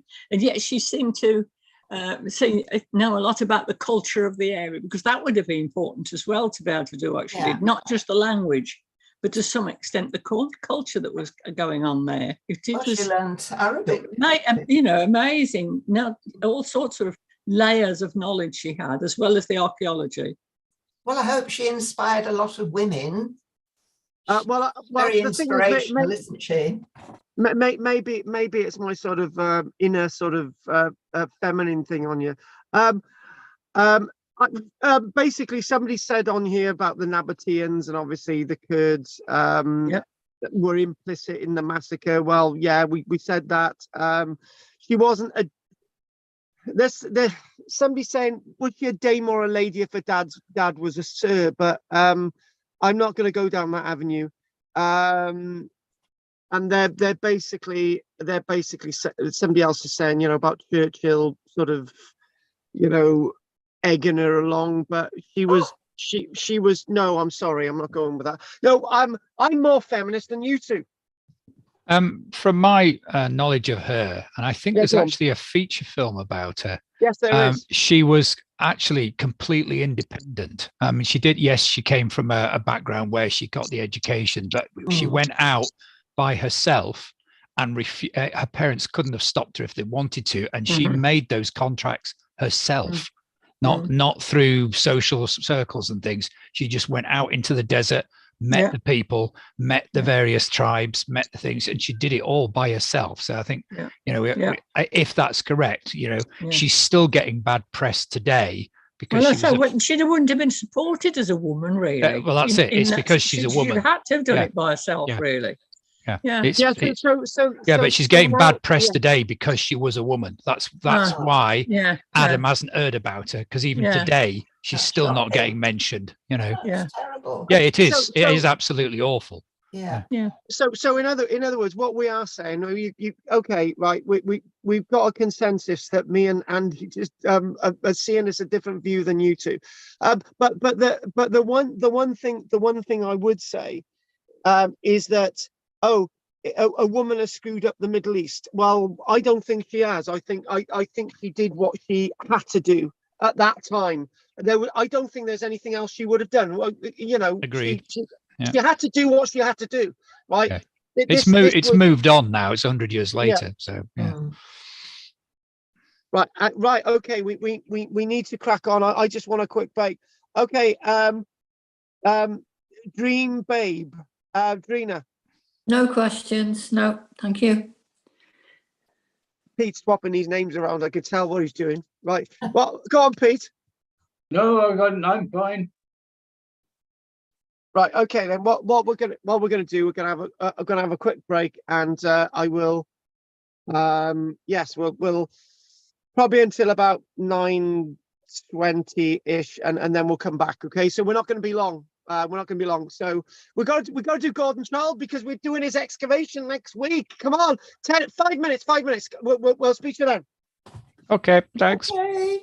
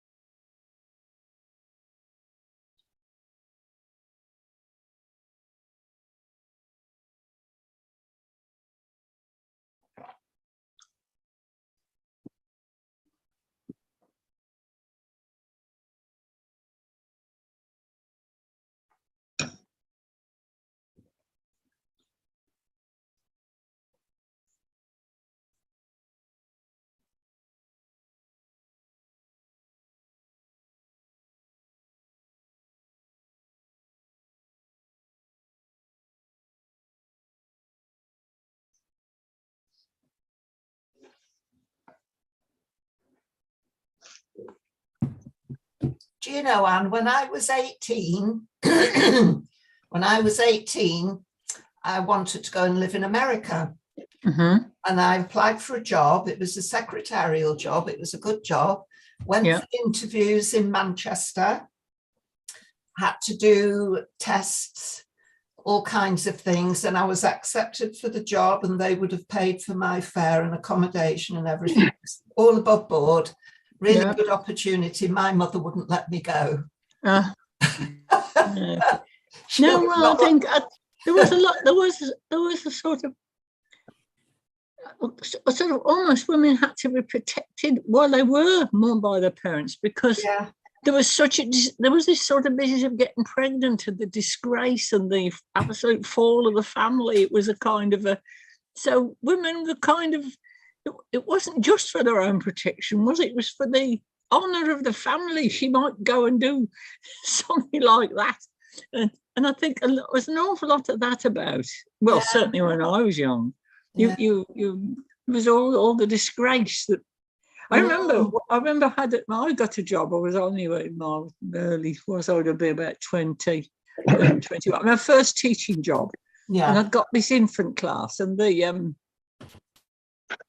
they have the home corner and the baby clothes in the home corner. Well, they were all filthy. I bought them home and washed them. My mother let her fit putting these baby clothes on the line, even though they were old and tatty. I mean, they didn't look like it, because they were just from the dressing, the doll play. yeah. But that kind of thing is that sort of, what the neighbours would think. And I don't know. I think we were very much more constrained than they are now. I mean, my daughter, when she was just at the end of school, she went traipsing all the time. Every year she was at university in the holiday, she was traipsing around the world, just her and another girl. But things had changed sort of a bit by then, really. It was, so yeah. So she travelled everywhere. I think back then, when I got this job, I think you had to be 21 All right. to get parental, for them to say you could do anything. I did go away when I was 21. Yeah. But when I was 18, I think it was the thought of me alone in Chicago. She could have been right. Well, you'd have been prey to all those men you see who were there. That would have been the worry. I was quite feisty. I think I would have Yeah, I was going to managed. say, could have been the other way round. Yeah. Yeah. I would have hit him with my handbag. Yeah, but the thing was that even if it was the other way around, it didn't harm the man much, did it? The girl always paid the price. If Oh, I don't know about that. Being a bloke. Hey, I saw a really interesting program the other night called Hitler's Olympics. Did you see it? No. Oh, I've seen bits of it in the news it before. was Hitler's Olympics in 1936. Yeah. The modern Olympics where they carry the flame and they have the parades. That was all Hitler's idea. Yeah. I All always right, thought it came from Athens. From Yeah, I didn't know that. No, it was Hitler's Olympics, the parading around. The That's flame. something we've liked then. Yeah, and we've done it ever since. So it's still. Yeah. And he said, because they had that one in Germany, obviously, and they got rid of all the anti-Jew slogans that were written on the walls, and they said just paint everything as people approach Berlin. Just paint everywhere so it looks pristine. And they actually brought German athletes back to take part, or their relatives might have been murdered if they didn't come back to take part in the games. And he just assumed that he would be world leader. Germany would rule the world for the next 1,000 years. It would be the German Empire. And he wanted to build a whole new stadium because they would have the games in Germany every year forevermore. Yes. And he just convinced everybody. And then Jesse Owens went and ran the That's 100, right. didn't he? Yeah. He Yeah. reckon, didn't he?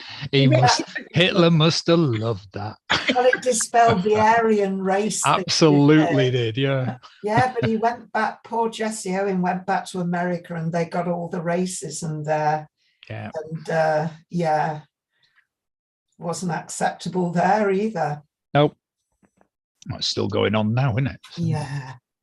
I saw a program recently about in the war how the Americans refused to take the Jews. They were very anti-race, like most people. We didn't really want them. You know, the Jews were all in trouble all over Europe, but they weren't helped a lot. You know, the racism everywhere, and America was as bad as everywhere else. I believe so, yeah. There's a lot of arguments about the concentration camps and things about who knew about them when, because they were basically known about almost right from the start, but every nation just turned a blind eye to it and didn't want to know. Yes, it's terrible how that happens. It happens in the world. Some nations do something dreadful, and everybody else supports it. Look at the support against the apartheid, the support for the apartheid in South Africa from loads of countries in the world. I mean, it was and happening now in Israel with the that's perhaps we shouldn't be talking about that. Are we not supposed to talk modern politics, are we? No, you're not. But you know, I mean, it's and Hitler was just oh dear. You can't, it's very hard. I don't know, when I'm trying to imagine, I was trying to imagine what it must have been like. What must it have been like to be a Jew living in Europe when Hitler, it must have been frightening. Terrifying the whole time. You wouldn't feel safe a moment, would you? No. Basically, the rules of YouTube now, if you actually have a video specific against a certain person who used to be the leader of Germany, your content is taken off. So if I had a video that was critical of that person, it would be taken down. If I had a video supporting that guy, it would be taken down. Those are basically you're not allowed to say anything on one side or the other. They can't have a view, you mean? You can't have a view about a certain person who used to rule Germany now. And basically, it's gone down the line that you can't sell any memorabilia from the National Socialist Party. You can't sell. You can't have selling a copy of Mein Kampf or anything like that. Anything to do with insignia from the National Socialist Party, you can't sell it. It's banned overall of everything. You can't get anything like that. And where is it banned? Who's doing the banning? The government? Who's well, banning it? If you try to sell something on eBay that's to do with the National Socialist Party, you're likely to have your eBay account. You'll be warned. Yeah. I actually had some Robinson's Gollywog figures, right? I had a warning off eBay. They basically said, "You're racist. This is racist idolatry, right? You're not allowed to sell these things. If you don't take them off, you're not gonna be able to sell on eBay." It's dreadful how everything's become racist. That's not. Those are just something that was around historically. It doesn't mean to say you supported anything or not, does it? If they're just something that was produced at that time, a bit of a historic icon, really, if you can look at it that way. But everybody looks at everything not through racist spectacle, don't they? I'm talking about historic icons. Look around Andy. Right, next week we're going to be doing Skara Brae. And I mentioned about Peter, and obviously, and we've managed to answer some those more or less those questions. So what we're going to do now, we're going to look at the wonderful Gordon Child, and Gordon Child has half an hour as opposed to Gertrude Bell 1 hour and 20 minutes. You can see that there's a certain bias there, but we will be looking at Gordon Child next week, so it's not a problem. So let's get into it, man. Let's see how this flows. So let's just show some images of him. And Gordon Child is known for his excavations at the likes of Scarborough, and there he is, beautiful blue eyes, glasses. No, if you think it's anything to do with pure Aryan races, his politics was something completely different. So now again, comparing, in the whole point of these sort of introducing figures was that I think lots of you wanted to know about them because we keep mentioning them and so on. And I think we'll have another 2 comparisons. And we haven't mentioned much in the way of prehistory or Neolithic or whatever today, but this guy we do. Interestingly enough, Gordon Child, or Vere Gordon Child, born on 14th of April 1892, died on the 19th of October 1957. And guess what? He was an Australian archaeologist, but he's British, so there we go. So that counts. So he's an Australian archaeologist, and his specialist subject was European prehistory, and he loved his Neolithic stuff. He really, really did. He spent most of his life in the United Kingdom, and he worked for the University of Edinburgh and the Institute of Archaeology. The Institute of Archaeology London. So we've got the link there with Flinders Petrie, and we've obviously got the massive link there with Kathleen Kenyon. He wrote 26 books during his career, unlike Flinders Petrie's 1,000, but he was a bit prolific, really, Flinders Petrie. So 26 books is pretty good going, to be honest with you. Initially an early proponent of cultural historical archaeology. So cultural historical archaeology, how that works with interpretation, and how culture operates, and it's more than just flints, and it's more than just ritual, and it's more than just religion, right?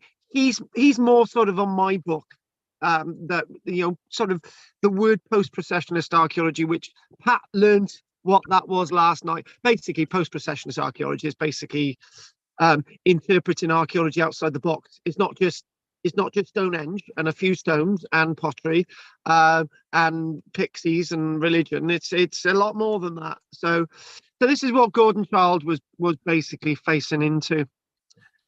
So he died at Blackheath. He actually died at Blackheath, New South Wales, Australia, at the age of 65.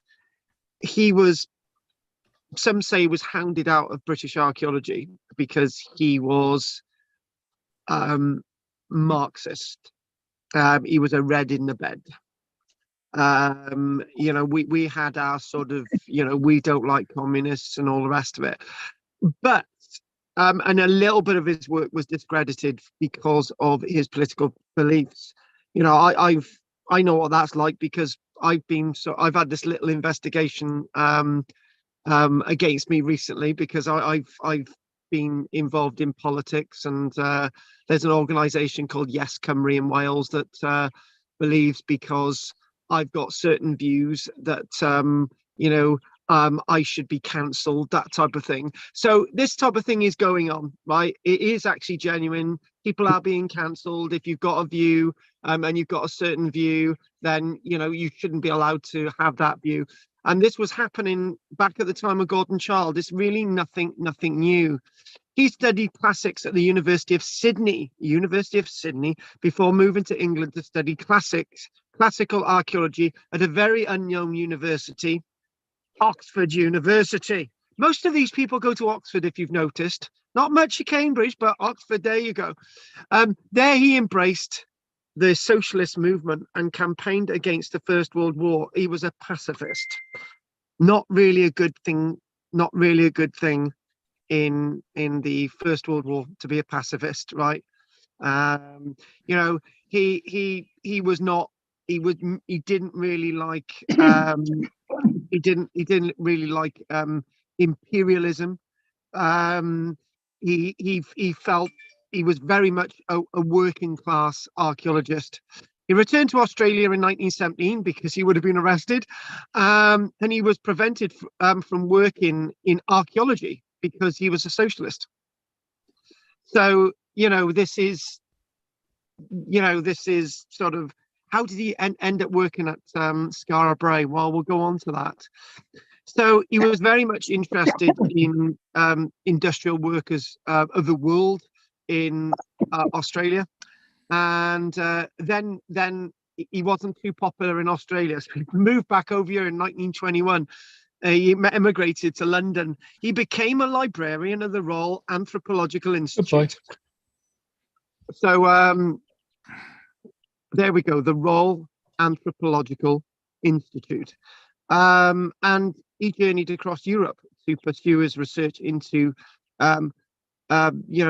European prehistory. And he published his findings. He started publishing academic papers. And there he is, sort of very interesting looking guy, very different. It's almost as if he's dressed up to be an academic, but underneath he just wants to get on with it. He's more working class, in other words. The fatal lure of politics. And he was, in many ways, a bit like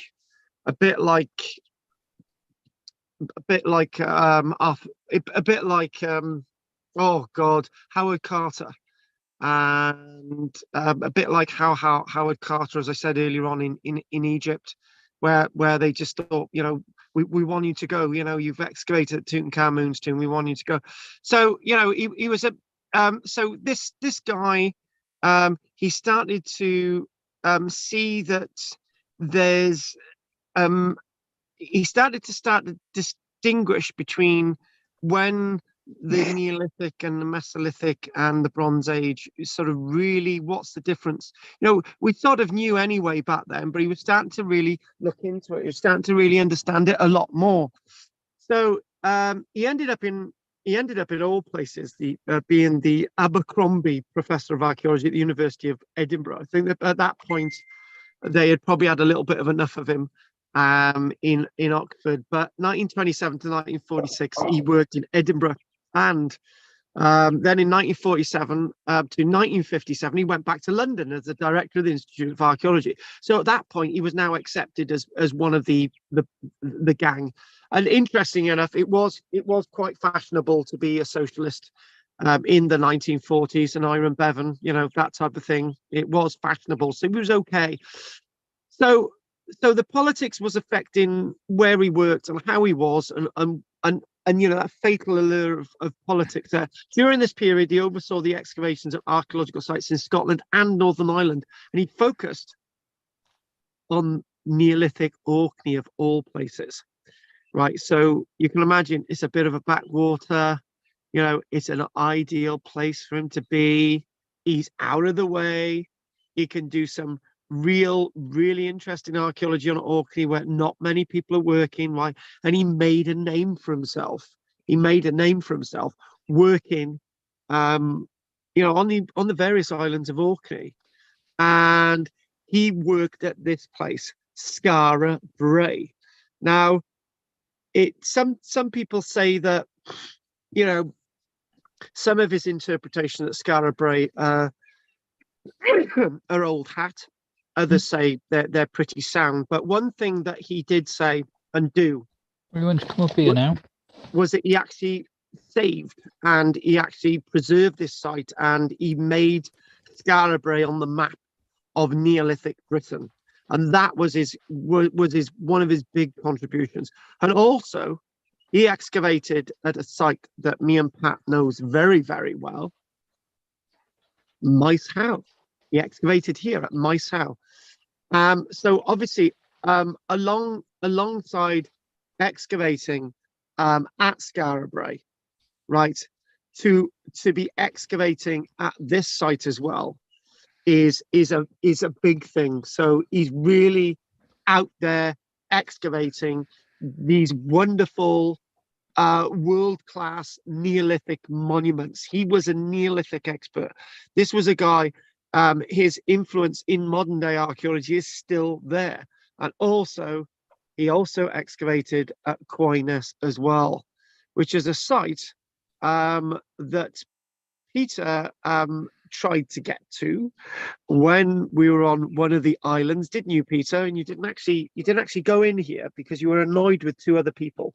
But this was a site that Peter basically saw, and he's seen the other sites as well. You haven't seen this one, Pat, but he excavated here as well. So these types of sites put him on the map of world archaeology.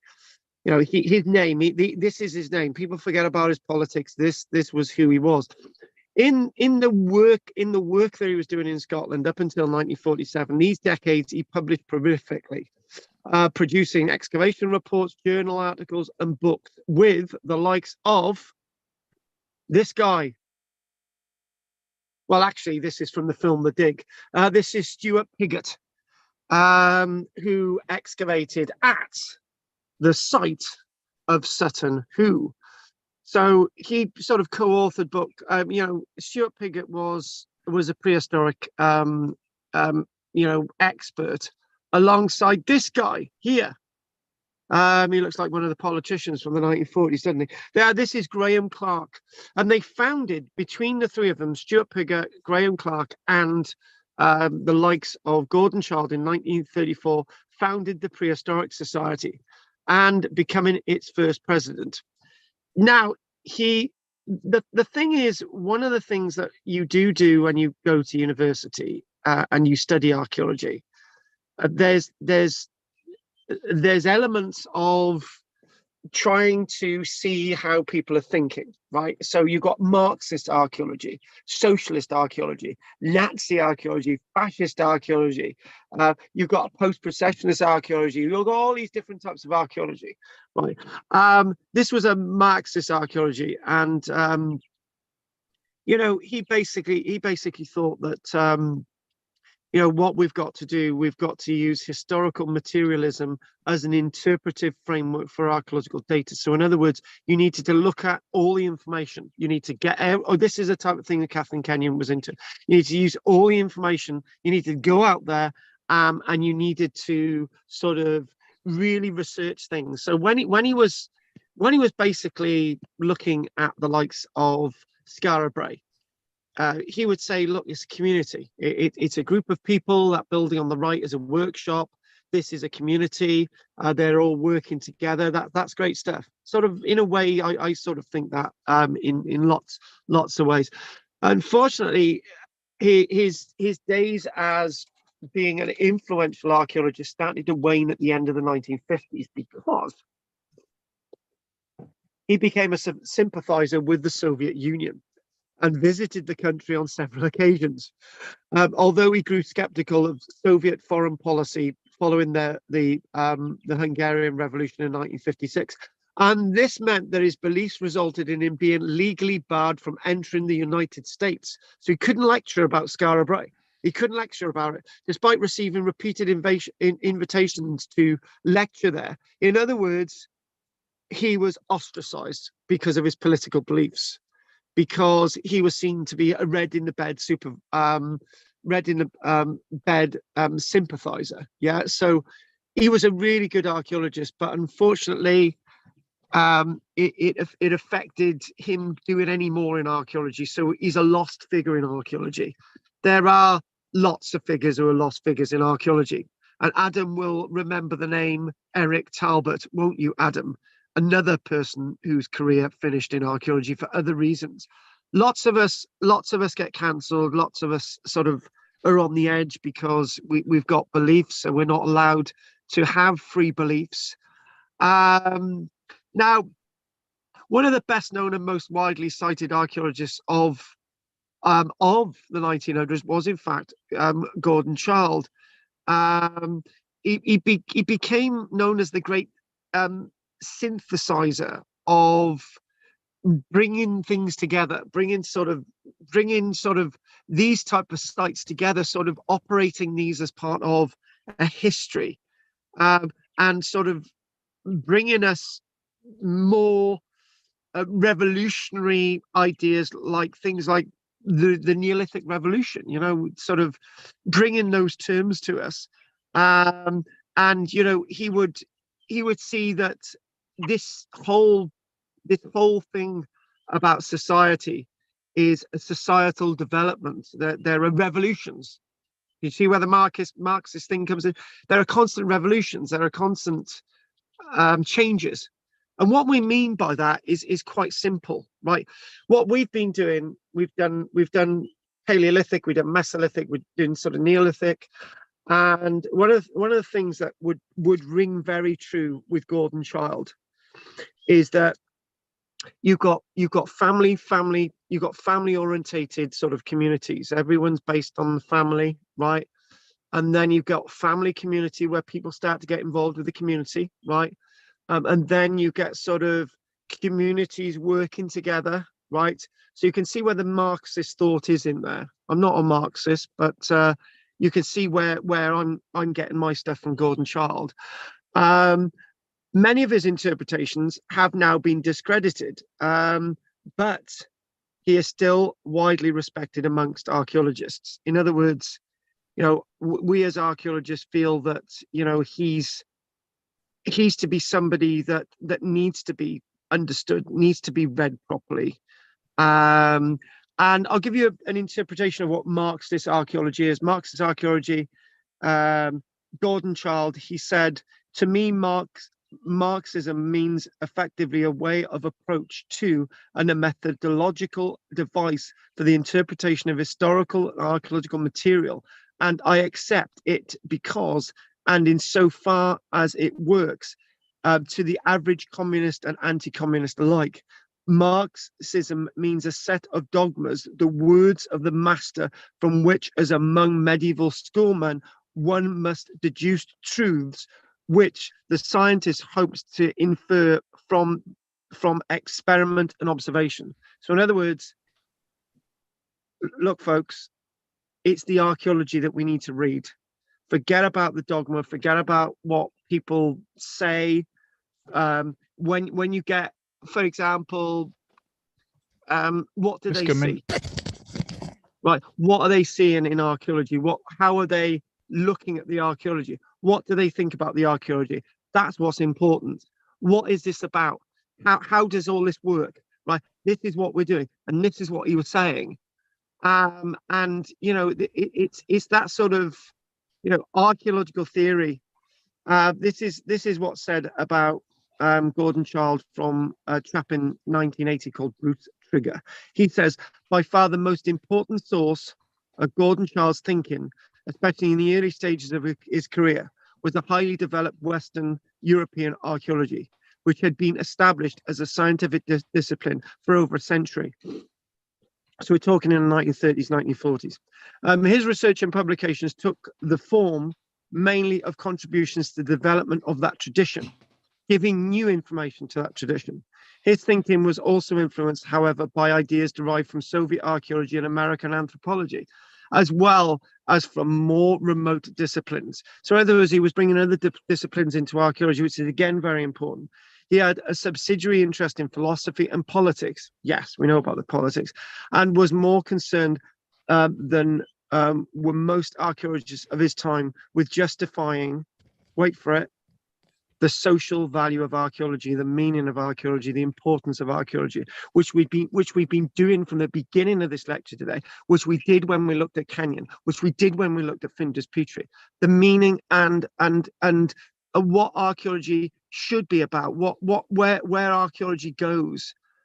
There's so much about his theories and his ideas, but one of his theories and ideas is something that we're going to read out now. It's called the Neolithic and also the urban revolutions. And we're going to mention this. This is what he truly believed about the Neolithic period. So here we go. He's influenced by Marxism. There we go. We know that.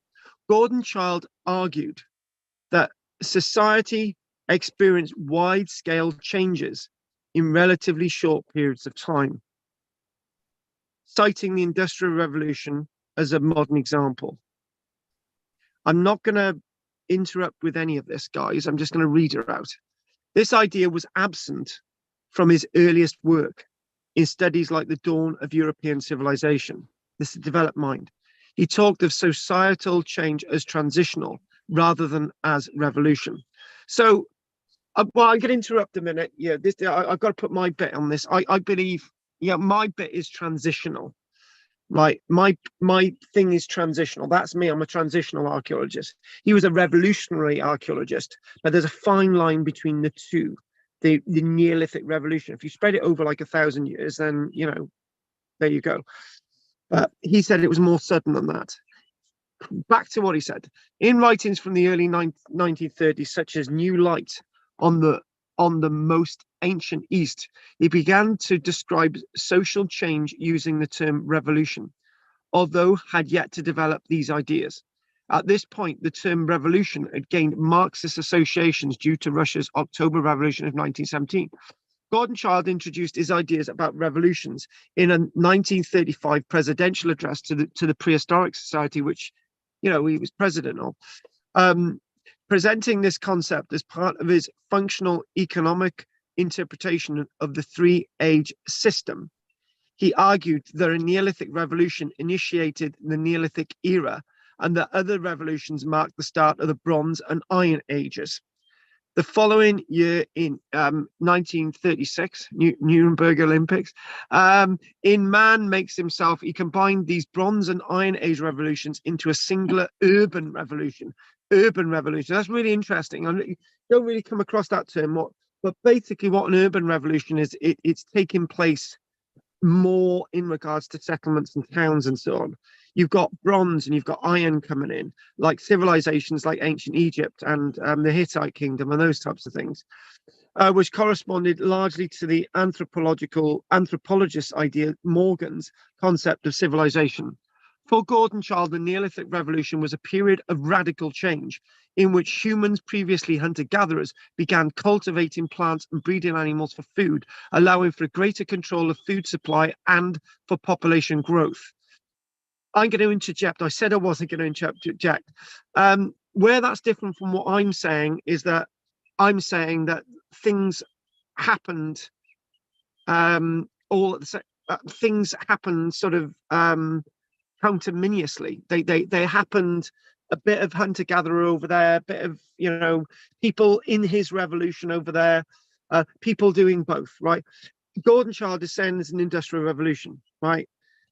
Everyone's in the industrial revolution. I'm more transitional. Back to Gordon Childe. Gordon Childe believed that the urban revolution that we're talking about with the Bronze Age was largely due to the development of bronze. So we're talking about copper as copper's developing 4,500 years ago, and in the East a little bit earlier than that. And then you get into the Bronze Age. So it's an urban revolution. So he comes up to this in 1950. 10 straits that he believed were present in the oldest cities. So this might be of sort of interest to all of us then when we go into looking at the Bronze Age. Why a Bronze Age city is a Bronze Age city. This is going to be interesting. They were larger than earlier settlements, so more organized. That's the Bronze Age, he says. They contained full-time craft specialists. Well, we get a little bit of that with Skara Brae in the Neolithic period, but to be a Bronze Age town, village, or whatever, you need to have all these characteristics, right? All of them. So number 3, the surplus was collected together and given to a god or a king. So in other words, yes, I would agree with that. By the Bronze Age, we're now talking about leaders, right? We're not talking about Marxist socialism, community, right? We're talking about leaders, organization in the Bronze Age, Iron Age. They witnessed monumental architecture. Yes, we're seeing things like Stonehenge. We're seeing monuments like Avebury. We're starting to see movements. We're starting to see massive monuments in places like Orkney, but they're already there. They're already developing. But again, you need all these characteristics to be in the Bronze Age. There was an unequal distribution of social surplus. We see that in the Bronze Age. A lot more wealth, a lot more people who are a lot more wealthy than ever before. Writing was invented. We're starting to see writing in the Bronze Age, for example, in the likes of Minoan civilization, Linear A, Linear B, that type of stuff. 1,700 years odd BC, 3,700 years ago. The idea of science started to develop. People started having critical ideas of what's around them. Now that's interesting. Naturalistic art developed on pottery and on all that going into the Bronze Age.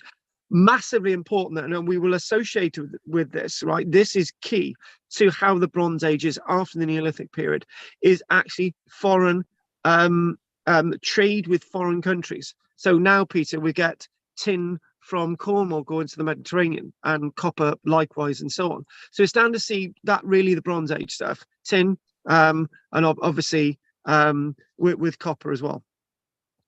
The state, we get the idea of states and organization. So in other words, in the Neolithic period, we've got, there's not really, most places, there's no real sense of country, tribes and things like that. So in the Bronze Age, things really change. Some people would actually say warfare, but I'm not going that far. He didn't say that either. Gordon Childe believed that the urban revolution, which we've just discussed, had a negative side in that it led to increased social stratification into classes and to oppression of the majority by a powerful elites. Now, we're going to sort of agree with that because, society has been like that for thousands of years. And this is when it begins. When the Neolithic ends, when people are starting to say, right, Margaret, you're going to do what I say and you're going to have less than me. You're going to bring it to me. So that's sort of Bronze Age. So we'll agree with that. Not all archaeologists adopted Childe's framework of understanding human societal development as a series of transformational revolutions. Many regarded the term revolution as misleading because the process of agriculture and urban development were gradual transformations, which is what I say. I say that, and I'm not going to, I'm going to disagree with Gordon Childe on that, but he's obviously the brain. He's obviously the man who can tell us a lot more about what he feels about how archaeology is sort of developing. There's so much more we can actually say about Gordon Childe's life, but what we're going to do is we're going to mention a little bit more about his excavation work, and then let's see if we can pick a few things into his work, and then that will lead us nicely next week into the archaeological site, the Skara Brae. Look at blue clay as well. What am I on about? Yeah, blue clay. So here we go. Gordon Childe excavated at Skara Brae, 1927-1930, and Edinburgh. Gordon Childe's university position meant he was obliged to undertake archaeological excavations, something he loathed and believed he did poorly. Now, lots of us archaeologists struggle with that. I absolutely hate archaeological excavation. I'm a good archaeologist, but I'm really crap at publishing it. This is why I've got loads of stuff I need to publish, right? So we've all got faults as archaeologists, and he felt that he didn't like excavating, and amazing enough, he's setting the rules for archaeology, but he didn't think he was a good excavator, which is fair enough. Students agreed actually, but recognized his genius for interpreting evidence. So one thing that and they probably thought this because where those people are there's a window that was placed into the building there so that his niece could look out to sea and use it as a doll's house. Anyway, he was a genius for interpreting archaeology. Unlike many contemporaries, he was scrupulous with writing up and publishing his findings, producing almost annual reports for the proceedings of the Society of Antiquaries of Scotland, and unusually ensuring that he acknowledged the help of every digger. Now, that's something I do. Acknowledging everybody from an archaeological excavation is really important. It's so important.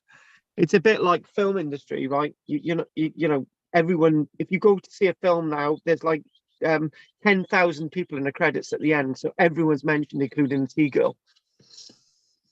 His best known excavations were at Skara Brae. This is what he's best known for, having uncovered a well-preserved Neolithic village. We already knew about it, but he uncovered it properly. He published the excavation results in a book titled Skara Brae, and he made an error of interpretation and he got the date wrong. Now, he actually got the dating wrong, which is a bit of a shame that he got the date wrong. But what do I keep saying? dates are not important. It's the archaeology that's important. He initially said it was actually Iron Age, but obviously this changed. During the excavation, Gordon Child got on particularly well with the locals. For them, he was every inch the professor. Because of his eccentric appearance and habits. Well, you know, I'm not too far away from that, barking. In 1932, Gordon Child collaborated with anthropologist Ford, excavating 2 Iron Age hill forts on the Berwickshire coast. While in June 1935, he excavated a promontory fort at Laraban in Northern Ireland. Together with Wallace Thornycroft, another fellow of the Society of Antiquaries of Scotland, hence why I'm quite proud of being a Society of Antiquaries myself, because he was there once. Gordon Child excavated 2 vitrified iron forts in Scotland, one in Angus, one in Argyllshire. Now, vitrified forts are forts that have been deliberately set alight to give them strength. He excavated those sites. So remember them when we do the Iron Age. In 1938, he and Walter Grant oversaw excavations at a Neolithic site at Rinio. And basically, Rinio is actually a site on the island of Rousey in Orkney. Their investigations ceased during the Second World War, but resumed in 1946. He published so many works, and I'm not going to go through them now. I'm going to basically say, you know, we'll bring this lecture to an end. But I'll just, before I bring this lecture to an end, I'll give you some idea of his titles: The Dawn of European Civilization, The Aryans. It's strange that a book on the Aryans is not that way. You know, we think of that in a different way. The Most Ancient Near East, 1928. Danube in Prehistory. He's publishing The Bronze Age, 1930. He's publishing The Most Ancient Near East, New Light on the Most Ancient Near East, 1935. Prehistory of Scotland, 1935. Man Makes Himself, 1936. Great titles. Communities of the British Isles, 1940s. Prehistoric Communities of the British Isles, 1940. 1942, Makes Himself and What Happened in History, 1942. Oxford University Press. You know, he basically, this is really interesting. I'm going to 2 points. We're going to do this 1 point, and then we're going to do the last point, and this should nicely bring this to a conclusion today. Although Oxford University Press offered to publish the work, he released it through Penguin Books, a book that was called What Happened in History, 1942. And he released it through Penguin Books because they could sell it at a cheaper price, something he believed pivotal in providing knowledge for those he called the masses. He believed that the masses are entitled to learn about history and archaeology, which we agree with. That's why we're doing this. This is why we're here. This was followed up by another book, Progress on Archaeology and the Story of Tools, 1944. We're gonna encapsulate this whole lecture now by just mentioning this last thing, and then we'll do questions. Here we go. Gordon Child, The Danube in Prehistory, 1929. Here we go. We find certain types of remains, pots, implements, ornaments, burial rites, house forms constantly reoccurring together. Such a complex of regularly associated traits we shall term a cultural group, or just a culture. We assume that such a complex is the material expression of what today would be called a people. In other words, archaeology is relevant to all of us. And that's what he believed.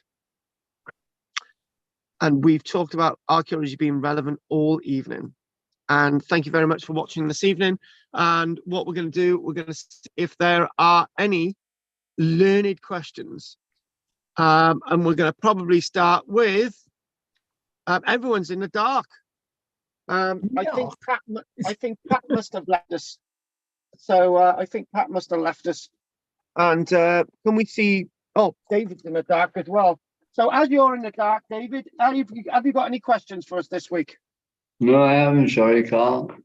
It's good to be in the light. I put the light on now. I can see David. That's good. Anyway, thank you for that, David. Yeah. Thank you. Thank you. Bye, everybody. Good Bye. night. Night, Bye, David. David. See you soon. Bye, Look David. after yourself. Thanks, David. Night. Good night. Good night. Night, mate. Right. So I do believe Pat must have left us. Andrina, No, all you no can see is two questions. little eyes. So it's like, Andrina, anything you'd like to say tonight? No. Thank you. That's the thing. It was good. Okay. Thank you. Our pleasure. Right. Pete the mate, anything you'd like to say, lovely? No, great one, thanks. Good. So remember lots of this when we do Gordon Child. When we do Gordon Child next week, you'll know how he thinks when he's looking at the archaeology. And I think that's really fascinated with important. Skara Brae when I was there. Say that again, Pete. I'm fascinated with Skara Brae when I was there. I tell you what, Pete, I'd go there again every time I've gone there. It's just like, yeah, it's great. It's great. I've done. You see something new every time. It's like a book. Oh yeah. Yeah. Every page is something new. It really is fascinating. Fascinating. Talking about fascinating, Andy. Two absolutely amazing people. Gertrude Bell, I think, is incredibly underestimated and undervalued. And Gordon Child, I think people still don't get the thing about him. Archaeology is always about leaders and important people and rich people and all the rest of it. Yeah. And he was the first person to say, well, actually, it's about people, Yeah. ordinary people who worked. That was my and last word. Yeah. Mm. So, and he still gets bad press about that, possibly because of his so-called communist beliefs, but I don't know. Yeah, it's embarrassing in a way that we still hark back to things that are really not relevant. You know what I mean? Yeah.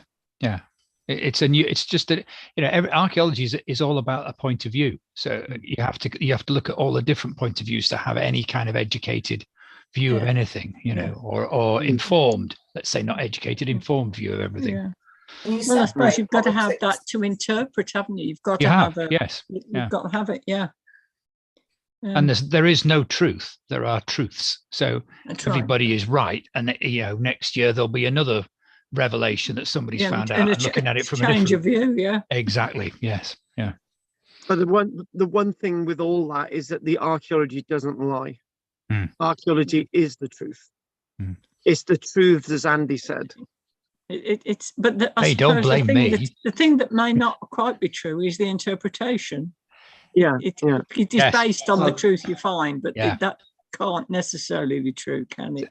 Carl asked me many, many years ago whether he was arguing about whether archaeology was a science or whether it was an art, and that my basis for the argument was always it's an art because it's interpreting. It uses science, but it's always an interpretation and therefore an art. Yeah. You get the odd red herring, though, don't you? Oh yes. Yeah. Something I want. Well, we don't talk about the red herrings. Commie. Something I wanted to ask. Go on. Was you were saying that what was his name? Child. Child, yeah. Talked about the changes that go on through time as a revolution, and you talk about it as transition, which I can see. I don't see. I'm not understanding the words as being very different. I mean, a revolution perhaps seems a word that would mean more sudden than a transition, but there's still. Well, one's a reaction to as well, isn't it? Yeah, and in a sense, I think possibly revolution, because it's got this communistic interpretation sometimes, the Marxist revolution. But I don't think it quite means that, or needn't mean it. It can mean something as slow, surely, as a transition. I don't know. I'm just not understanding the words properly, or not differentiating them enough. I think if we just weigh this up just quickly, just weigh this up. I not let's not use the word conjure. Transitional is more a mix of development, right? What Gordon Child is saying is more identifiably in a direction, right? And it's in a clear focus direction, where I'm just wishy-washy talking about transition and so on. I think the best, I think the biggest, okay, if you want to look at this, AD 43, right? AD 43 was a revolution in the context of British archaeology, because suddenly we start to see more identifiable Roman culture. Roman culture had already been here for 100 years, right, before AD 43, but now it's identifiable. That could be seen as a revolution, because it's a marked moment. It's a that's more like a revolution. But the problem is, you've got to be very careful thinking that when you wake up 4,200 years ago, that the Bronze Age starts, right? That's a revolution. It doesn't happen that way. But I've got to be very careful in respecting what he meant by a revolution, i.e., he's identifying the characteristics better than I am, right? So that's where his word revolution is better than me, right? Those are the two differences. He's identifying what makes A different from B. I'm just saying that A and B is just sort of flowing into each other. So I'm a Tim Ingold sort of transitional guy. Gordon Child is sort of more distinctive phase-like, right? But it's not critical. You were saying at one point, it was very, very understanding the changes between the Neolithical, the Neolith and the Paleolithic times. Was that part of that this distinct decisions that he was making? Yeah, well, what he needed to see was what we did then. We had the 10 points between the difference between the Neolithic and the Bronze Age, and what he was saying, what he was saying, when you talk about a revolution, urban revolution or the Neolithic revolution, you've got to have tick boxes. Actually, maybe I should have said this in the first place. If you've got a tick box, right, and you tick all those things in a tick box, that's a revolution, right? I'm saying down the road, they don't have all that tick box, so they haven't entered the revolution. So in many ways, what you could say is that some people in my world are in the Neolithic revolution. Other people are just still there in the Mesolithic. So that sort of makes it a little bit easier, hopefully.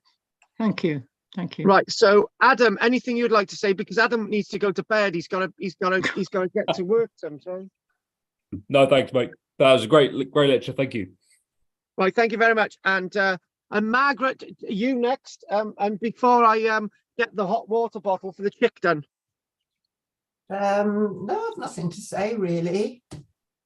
No, very, very interesting. Thank you very much. Okay, so what we will do now is, if there's no other questions, we're doing Skara Brae next week. This is a baby turkey. This is baby Baldric. He's going to grow 100 times bigger. Oh, about politics and archaeology. I just read a thing about, do you remember Vercingetorix? The Polish leader and the big battle that he fought against the Romans. Against Italy outside Paris, They want to put solar panels in the place where the battle was. And they're saying the battle wasn't there where the archaeologists say it is. And Macron is involved in all of this. Oh well, Macron's not going to be the leader of France for too much longer. So he's up against the archaeologists. They're saying no, that's definitely where the battle took place. And he's saying no. Well, my experts say no, it's not. So we're putting solar panels there. Yeah, well, they It's a knocked big down row those, going on in France. took down all those stones at Karnak, didn't they, to build a DIY That's store? shocking, Yeah. shocking, isn't It it? is in this day and age, Yeah. absolutely appalling. Yeah. Yeah, things are looking a bit skew at this minute. They really are. Mm. They really, really are. What So, would have made Gordon Childs think it was an Iron Age site, Scarab Bay?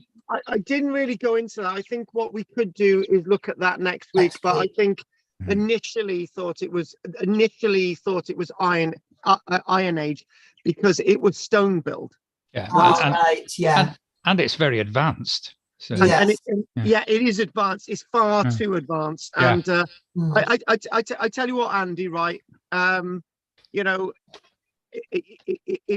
you know, if I could have actually built a little sort of underground village like that here, right? Because that's how I would build it. But it happened to be built in the Neolithic period. Mm. That's how you should build. To be Mm. honest with you, that's how you'll see next week. You've got insulation. You've got the floors are waterproof. You've got all the mod cons there. You've got running water. sanitation. Yeah. Right. You've got running water. Right. And it's like, you know, they don't have solar panels like me, but they managed to survive. Amazing. They want to join Norway now, the Orkneys, don't they? Yes, they do. Mm. They want to be part of Norway because they're not getting, the Orkney Islanders, they're not getting enough funding from the British government. So they've had enough.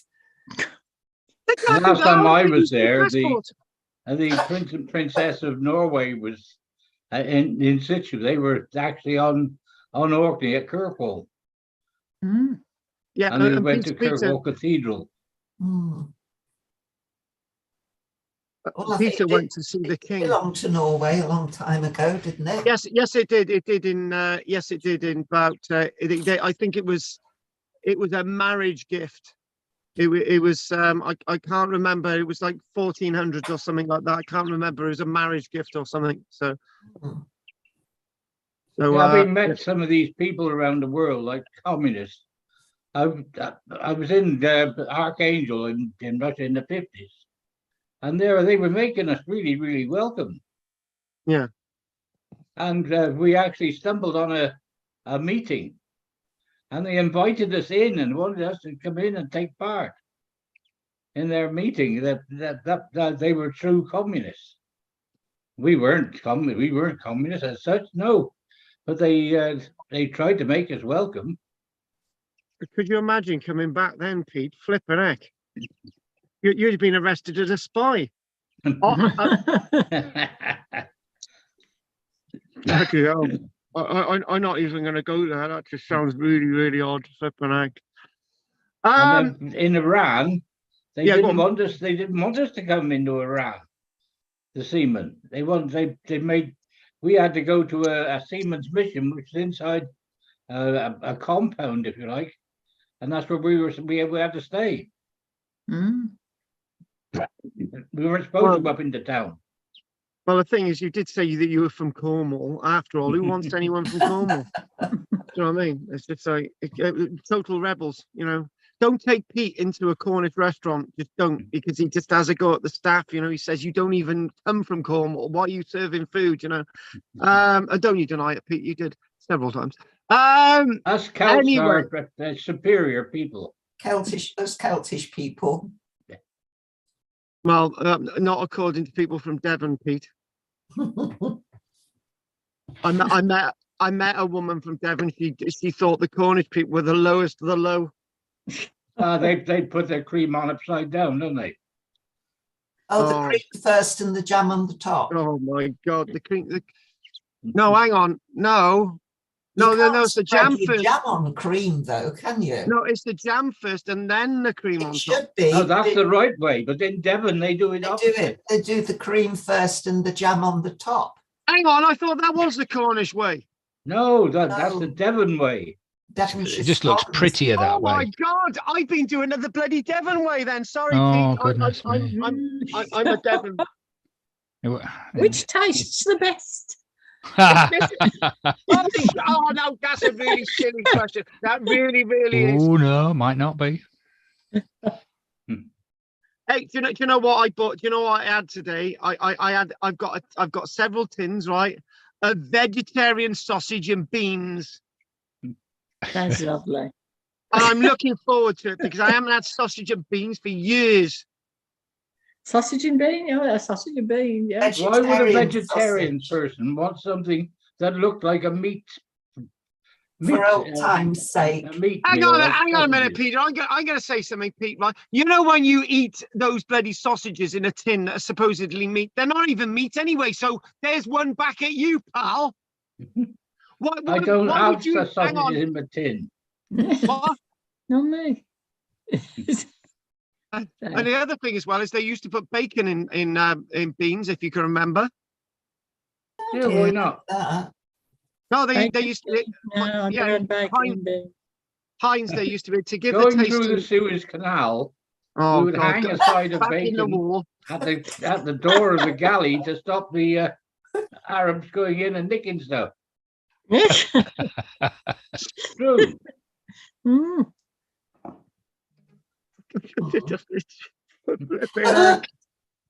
You started something off now, haven't you? Back in the war, you're like bloody Clive Dunn. Oh, there's like Dad's Army at the end of the lecture every bloody week. Aye, they don't like it up them. They don't like it up 'em. Flipping heck. Oh God. When he's got to play the bagpipes, and he had nothing to do with his new married wife other than to play the bagpipes, and you're thinking, yeah. Did you know his wife appeared in one single episode of Dad's Army? Whose wife? Captain Mainwaring. All right. Oh, did she actually appear? She was always off camera, wasn't she, on virtually Yeah. all of them? Yeah, I think she appeared once in sort of silhouette, and also, did anyone ever see Minder's wife? Her indoors. Is that Dennis Waterman? Her indoors. Her indoors. Her No. indoors. No. Never saw her. Flipping heck. I don't know where we've gone with this. Right, okay then. You guys haven't got homes to go to, have you? Flipping heck. No, I've got a bed calling me, so I'm going to go. All right then. Well, if Peter, Andy, Drina, Adam, Anne, or Margaret haven't got anything else to say, it's been an absolute delight. I'm looking forward to seeing you all next Tuesday on Skara Brae Fest next week. Yeah, I I might believe- not be there again tomorrow. Okay then, Pete. Thanks. Bye, Carl. Bye, Bye, everybody. Ben. Bye. Bye, Okay, then. everybody. Anyway, night, everybody. Stay Bye. on. Bye. Night, Good night. everybody. Night.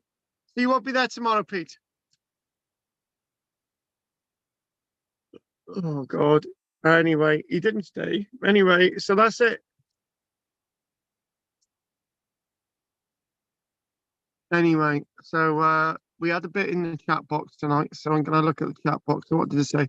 Was she anything to do with the Sykes-Picot agreement? This was, oh God, this was Gertrude Bell, yes. Gertrude Bell, was she anything to do with the Sykes-Picot agreement? Yes, she was. She'd been aware of it. She could have had a contribution. And that's it. Oh, and we got Black Patch Dog as well. Nice to have you on, Patch Black Dog. So you've got to look up. Here we go. Oh, anyway, read that out again. Black Patch Dog. Was she anything to do with the Sykes-Picot agreement? Gertrude Bell, look it up. That's your homework for next week. So we can now got 3 people, and which is we just finished the lecture. So tomorrow we'll be doing this lecture Wednesday tomorrow at 7:20. Similar lecture, but it's a lot shorter, and it finishes about an hour and 20 minutes sooner. Bloody hell. And we've obviously got the Gordon Child lecture at Skara Brae next week, and probably some of the Skara Brae stuff next week on Tuesday. If nobody else wants to say anything else online, then we will call it a day. Don't forget to like and subscribe. Oh my God, there's been a load of people watching, but there's only one thumbs up. So everyone put the thumbs up on the video before we finish. Like, subscribe, and don't forget to join. And everybody, thank you very much for your contribution online. Yes, very strange how this works. Okay, so that's basically it. So that's everything. I'm just double checking. So was she anything to do with the Sykes Picot agreement?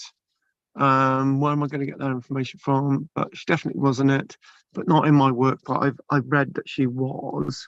This is I'm mumbling to myself. This is Gertrude Bell. Anyway, thank you very much for everybody watching. On 1, 2, 3, close the box. On 1, 2, 3, go. Okay, no, everybody. Yeah. Oh, and we got 2 likes. Thank you very much. Don't forget more likes as well. Like, subscribe. Don't forget, anyone who's just joined, we're on tomorrow at 7:20 and next Tuesday at 7:30. Thank you very much. Diolch yn fawr chi. Ymarohyd. Diolch yn fawr chi. Nos da. Oh, we've got 4 people online now. So we've just been doing Golden Child, and we've been doing the likes of Gertrude Bell. And just look it up. Go back over the video. Thank you very much. Nos da. Diolch yn fawr chi. Bye. You can put stuff in the chat box still, but obviously we're just ending.